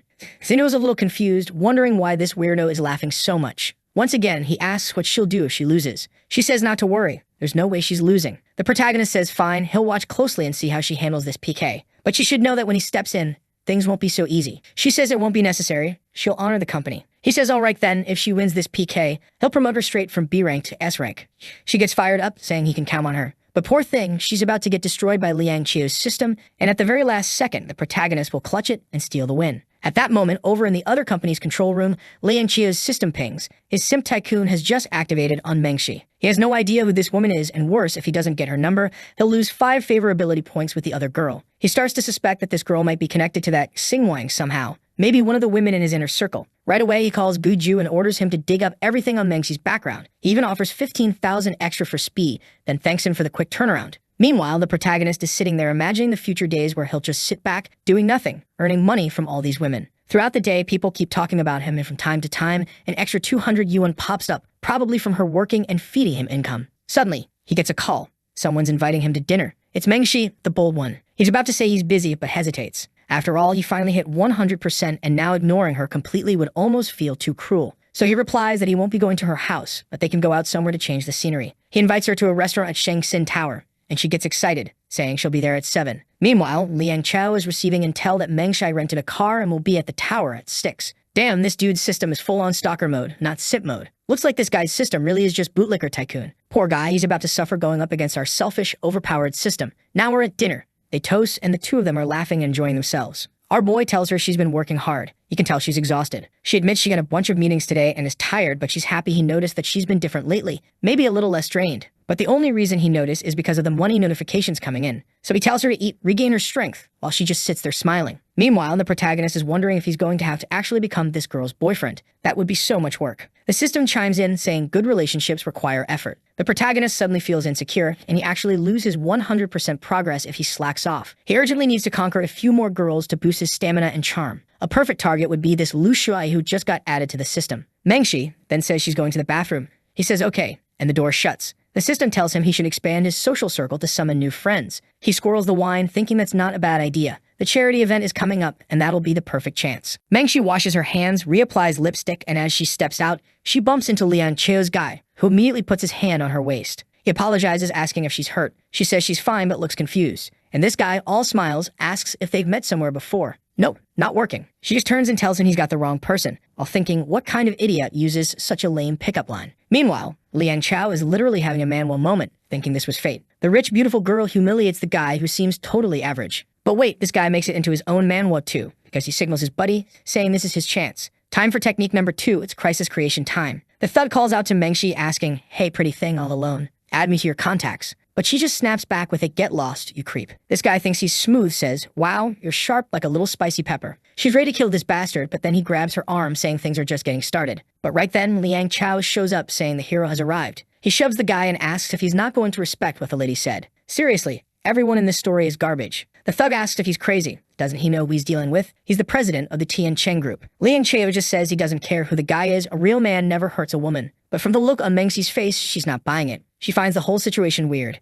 This guy hit on her a second ago, and now he's playing the hero. It feels like some bad soap opera scene. He turns to her and asks if she's alright. Does she want to go to the hospital or press charges against the guy? Poor dude, he's already imagining she's about to fall into his arms and give him her contact info. Sorry, buddy, you're new to this whole system game. Mengshi, looking a little confused, says that's a bit of an overreaction. A simple apology from the guy is more than enough. But the thug in the back warns them they're screwed. He's calling his crew, and this won't end cheaply. He's already on the phone while Liang Chao tells him that makes no sense. He was the one harassing the girl. How dare he act like the victim now? Just then, Wang shows up asking what's going on. He'd been waiting for her and she was taking forever, so he came to check. Now he's standing right there, face to face with everyone, and Liang Cho is practically shaking. He had no idea Mengshi was here meeting another guy. And Mengshi immediately grabs Wang's arm, saying these creeps were bothering her. She says the guy in front seemed to be trying to help, but he was kind of strange too. The protagonist thanks him for stepping in to protect her, calling him a good man. Liang Cho forces a smile, saying it was nothing. He was happy to help, while thinking he's screwed. The system gave him a girl who's already involved with someone else. Still, he tells himself to stay calm. He's got enough money to win over anyone. He just has to play the system's game, and soon enough this goddess will be his. Juan asks the thug if his buddies are going to show up soon, as the food's getting cold. He just wants to know if he can eat first. Mengshi is impressed by how calm he is, which makes her like him even more. And Liang Chao, at least not completely stupid, realizes that if he keeps pushing now, it'll only make her hate him more. So he says that since the two of them are safe, he'll leave him alone. As he walks past, he tells Wang to learn when to walk away. But Wang seems to have noticed everything. He knows plenty of people are watching Mengshi, considering the goddess status she has. Then Liang Chao turns back and says that since she already has a man, he just wasted his time and is leaving. But Wang stops him and says his performance was good. What theater does he act for? The guy looks confused, asking what theater he's talking about. And while he's wondering if Wang figured it out, Wang tells him to drop the act. He knows this fake hero routine. Mengshi realizes her suspicions were right. Liang Cho ignores him, saying he's a businessman and has no time to waste with trash like him, then turns to leave. But Wang suddenly says he'll pay 10 times the amount. The guy hesitates, asking what he means. Our boy says that a smart man never lets a chance like this slip away. Meanwhile, in the parking lot, Liang Cho gets into his car, fuming. He's pissed that this detective plan was useless and only messed everything up. Then his system warns him he's got only 4 hours left before the mission deadline. You better hustle. Damn, so his system punishes him if he fails to win her over. He's pounding the steering wheel, saying he's screwed. There's no way this is working out now. Not after all that. He decides he doesn't care about the system anymore. He'll take the 5-point penalty. What matters is he'll make money off other women eventually anyway. Scene shift to Mengshi's house. And like they say in soccer, after the first goal, every goal gets easier. Yeah, there's even a little drool there. She had to be censored with the Puritan seal because she was being way too bold. Damn, I thought the next chapter would jump straight to the morning, but no. Our protagonist, they're covering her up, asking what she's doing. Girl's just sitting there confused. Like, what does he mean what she's doing? It's pretty damn obvious, you idiot. He says she doesn't have to thank him that way, but she snaps back with a no way and dives right in again. The protagonist wants to back off to escape, but this game has no system to save him. He's defeated easily. Champagne practically pops in the house next door, but you can tell something's going down over here too. Next day in the streamer room, Gaowen tells Xinyu to get ready. Today she has the advantage, and she has to show the company's strength. Win or lose, it doesn't matter. What matters is proving her experience and honoring everyone watching. Xinyu says she understands. Then Gaowen steps into our boy's office, asking if everything's ready. She says yes, everything's set. The flights are in 2 days and multiple 5-star hotels have been confirmed. The protagonist thanks her and then says, come here, take a look at this monitor. How do you think we take down this chick right here? Gaowen looks confused. On the screen is Lu Shui. The protagonist explains that this woman targeted her at the bar that time and now she's attacking the company. There's no way he's letting that slide. But Gaowen says that'll actually be easy. She explains Lu Shui only bows to 2 things, money and a man who's in control. For her, there's nothing better than a guy with loads of cash and an aura that leaves her with no options. And our boy just sits there thinking money's the easy part. But how the hell am I supposed to be dominant? I'm a gentleman, I'm chill. How do I even act like that? This is gonna be awkward. Wait, wasn't it? In 2 days? But now Gaowen says the live battle starts in 2 minutes. The protagonist says he's excited. Xinyu takes a deep breath and starts her live stream. She's all in, total tryhard mode, giving her life to this PK. She greets everyone, saying they must all be excited for this epic showdown. She throws her elbow in the air and donations are already flooding in. Someone just dropped $1 million. You can tell what these guys like. Meanwhile, at the other company, Lu Shui senses that Boss Liang is acting a little weird today. She turns on her stream too, immediately telling her viewers that tonight's live will be full of surprises. The protagonist sees this and thinks, all right, tonight I'm really going to show what I can do. Then boom, the fireworks start raining down on Lu Shui. Our boy decides to pace himself, taking it slow. Lu Shui is confused. Wasn't it supposed to be Boss Liang throwing all the rockets? Something feels off. Everyone in the chat is amazed. No wonder she's so famous. She always attracts the richest whales. Is she Slime's descendant or something? An artist for real? Can we switch up the brush here? That sweat is looking weirdly thick. Lu Shui thanks everyone, wondering if this new supporter is one of the top-tier backers. She plays some music, launching into this heartfelt bit about finding a cure for cancer, ending world hunger, and developing technology to impress humanity. And while she's talking about saving the world, the rocket spam keeps raining down, and the artist brush is going wild. Meanwhile, poor Xinyu is trying hard on her side, but she looks calm, collected. Then suddenly, ships and rockets start raining on her side too. She thanks everyone, smiling gently. Turns out she's calmer than I thought. Our boy just watches both streams quietly. Then Shui suddenly turns to our boy's bathroom metaphorically, saying his username is way too modest and asking for his real name.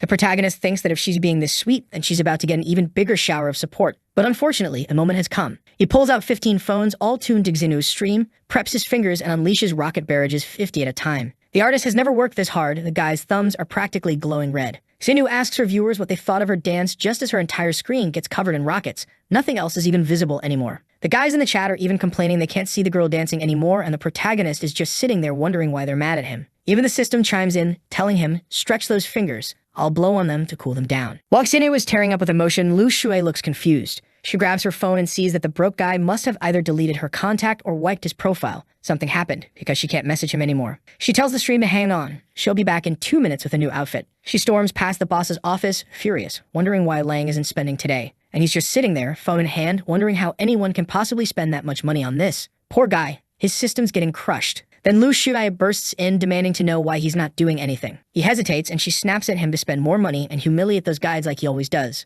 But his hesitation cost him. He loses 50 favorability points instantly, and now he's panicking. Because if her affection is what lets him make money, he's screwed. He explains that he's been spending like crazy, but whoever's on the other side is way too fast with their donations.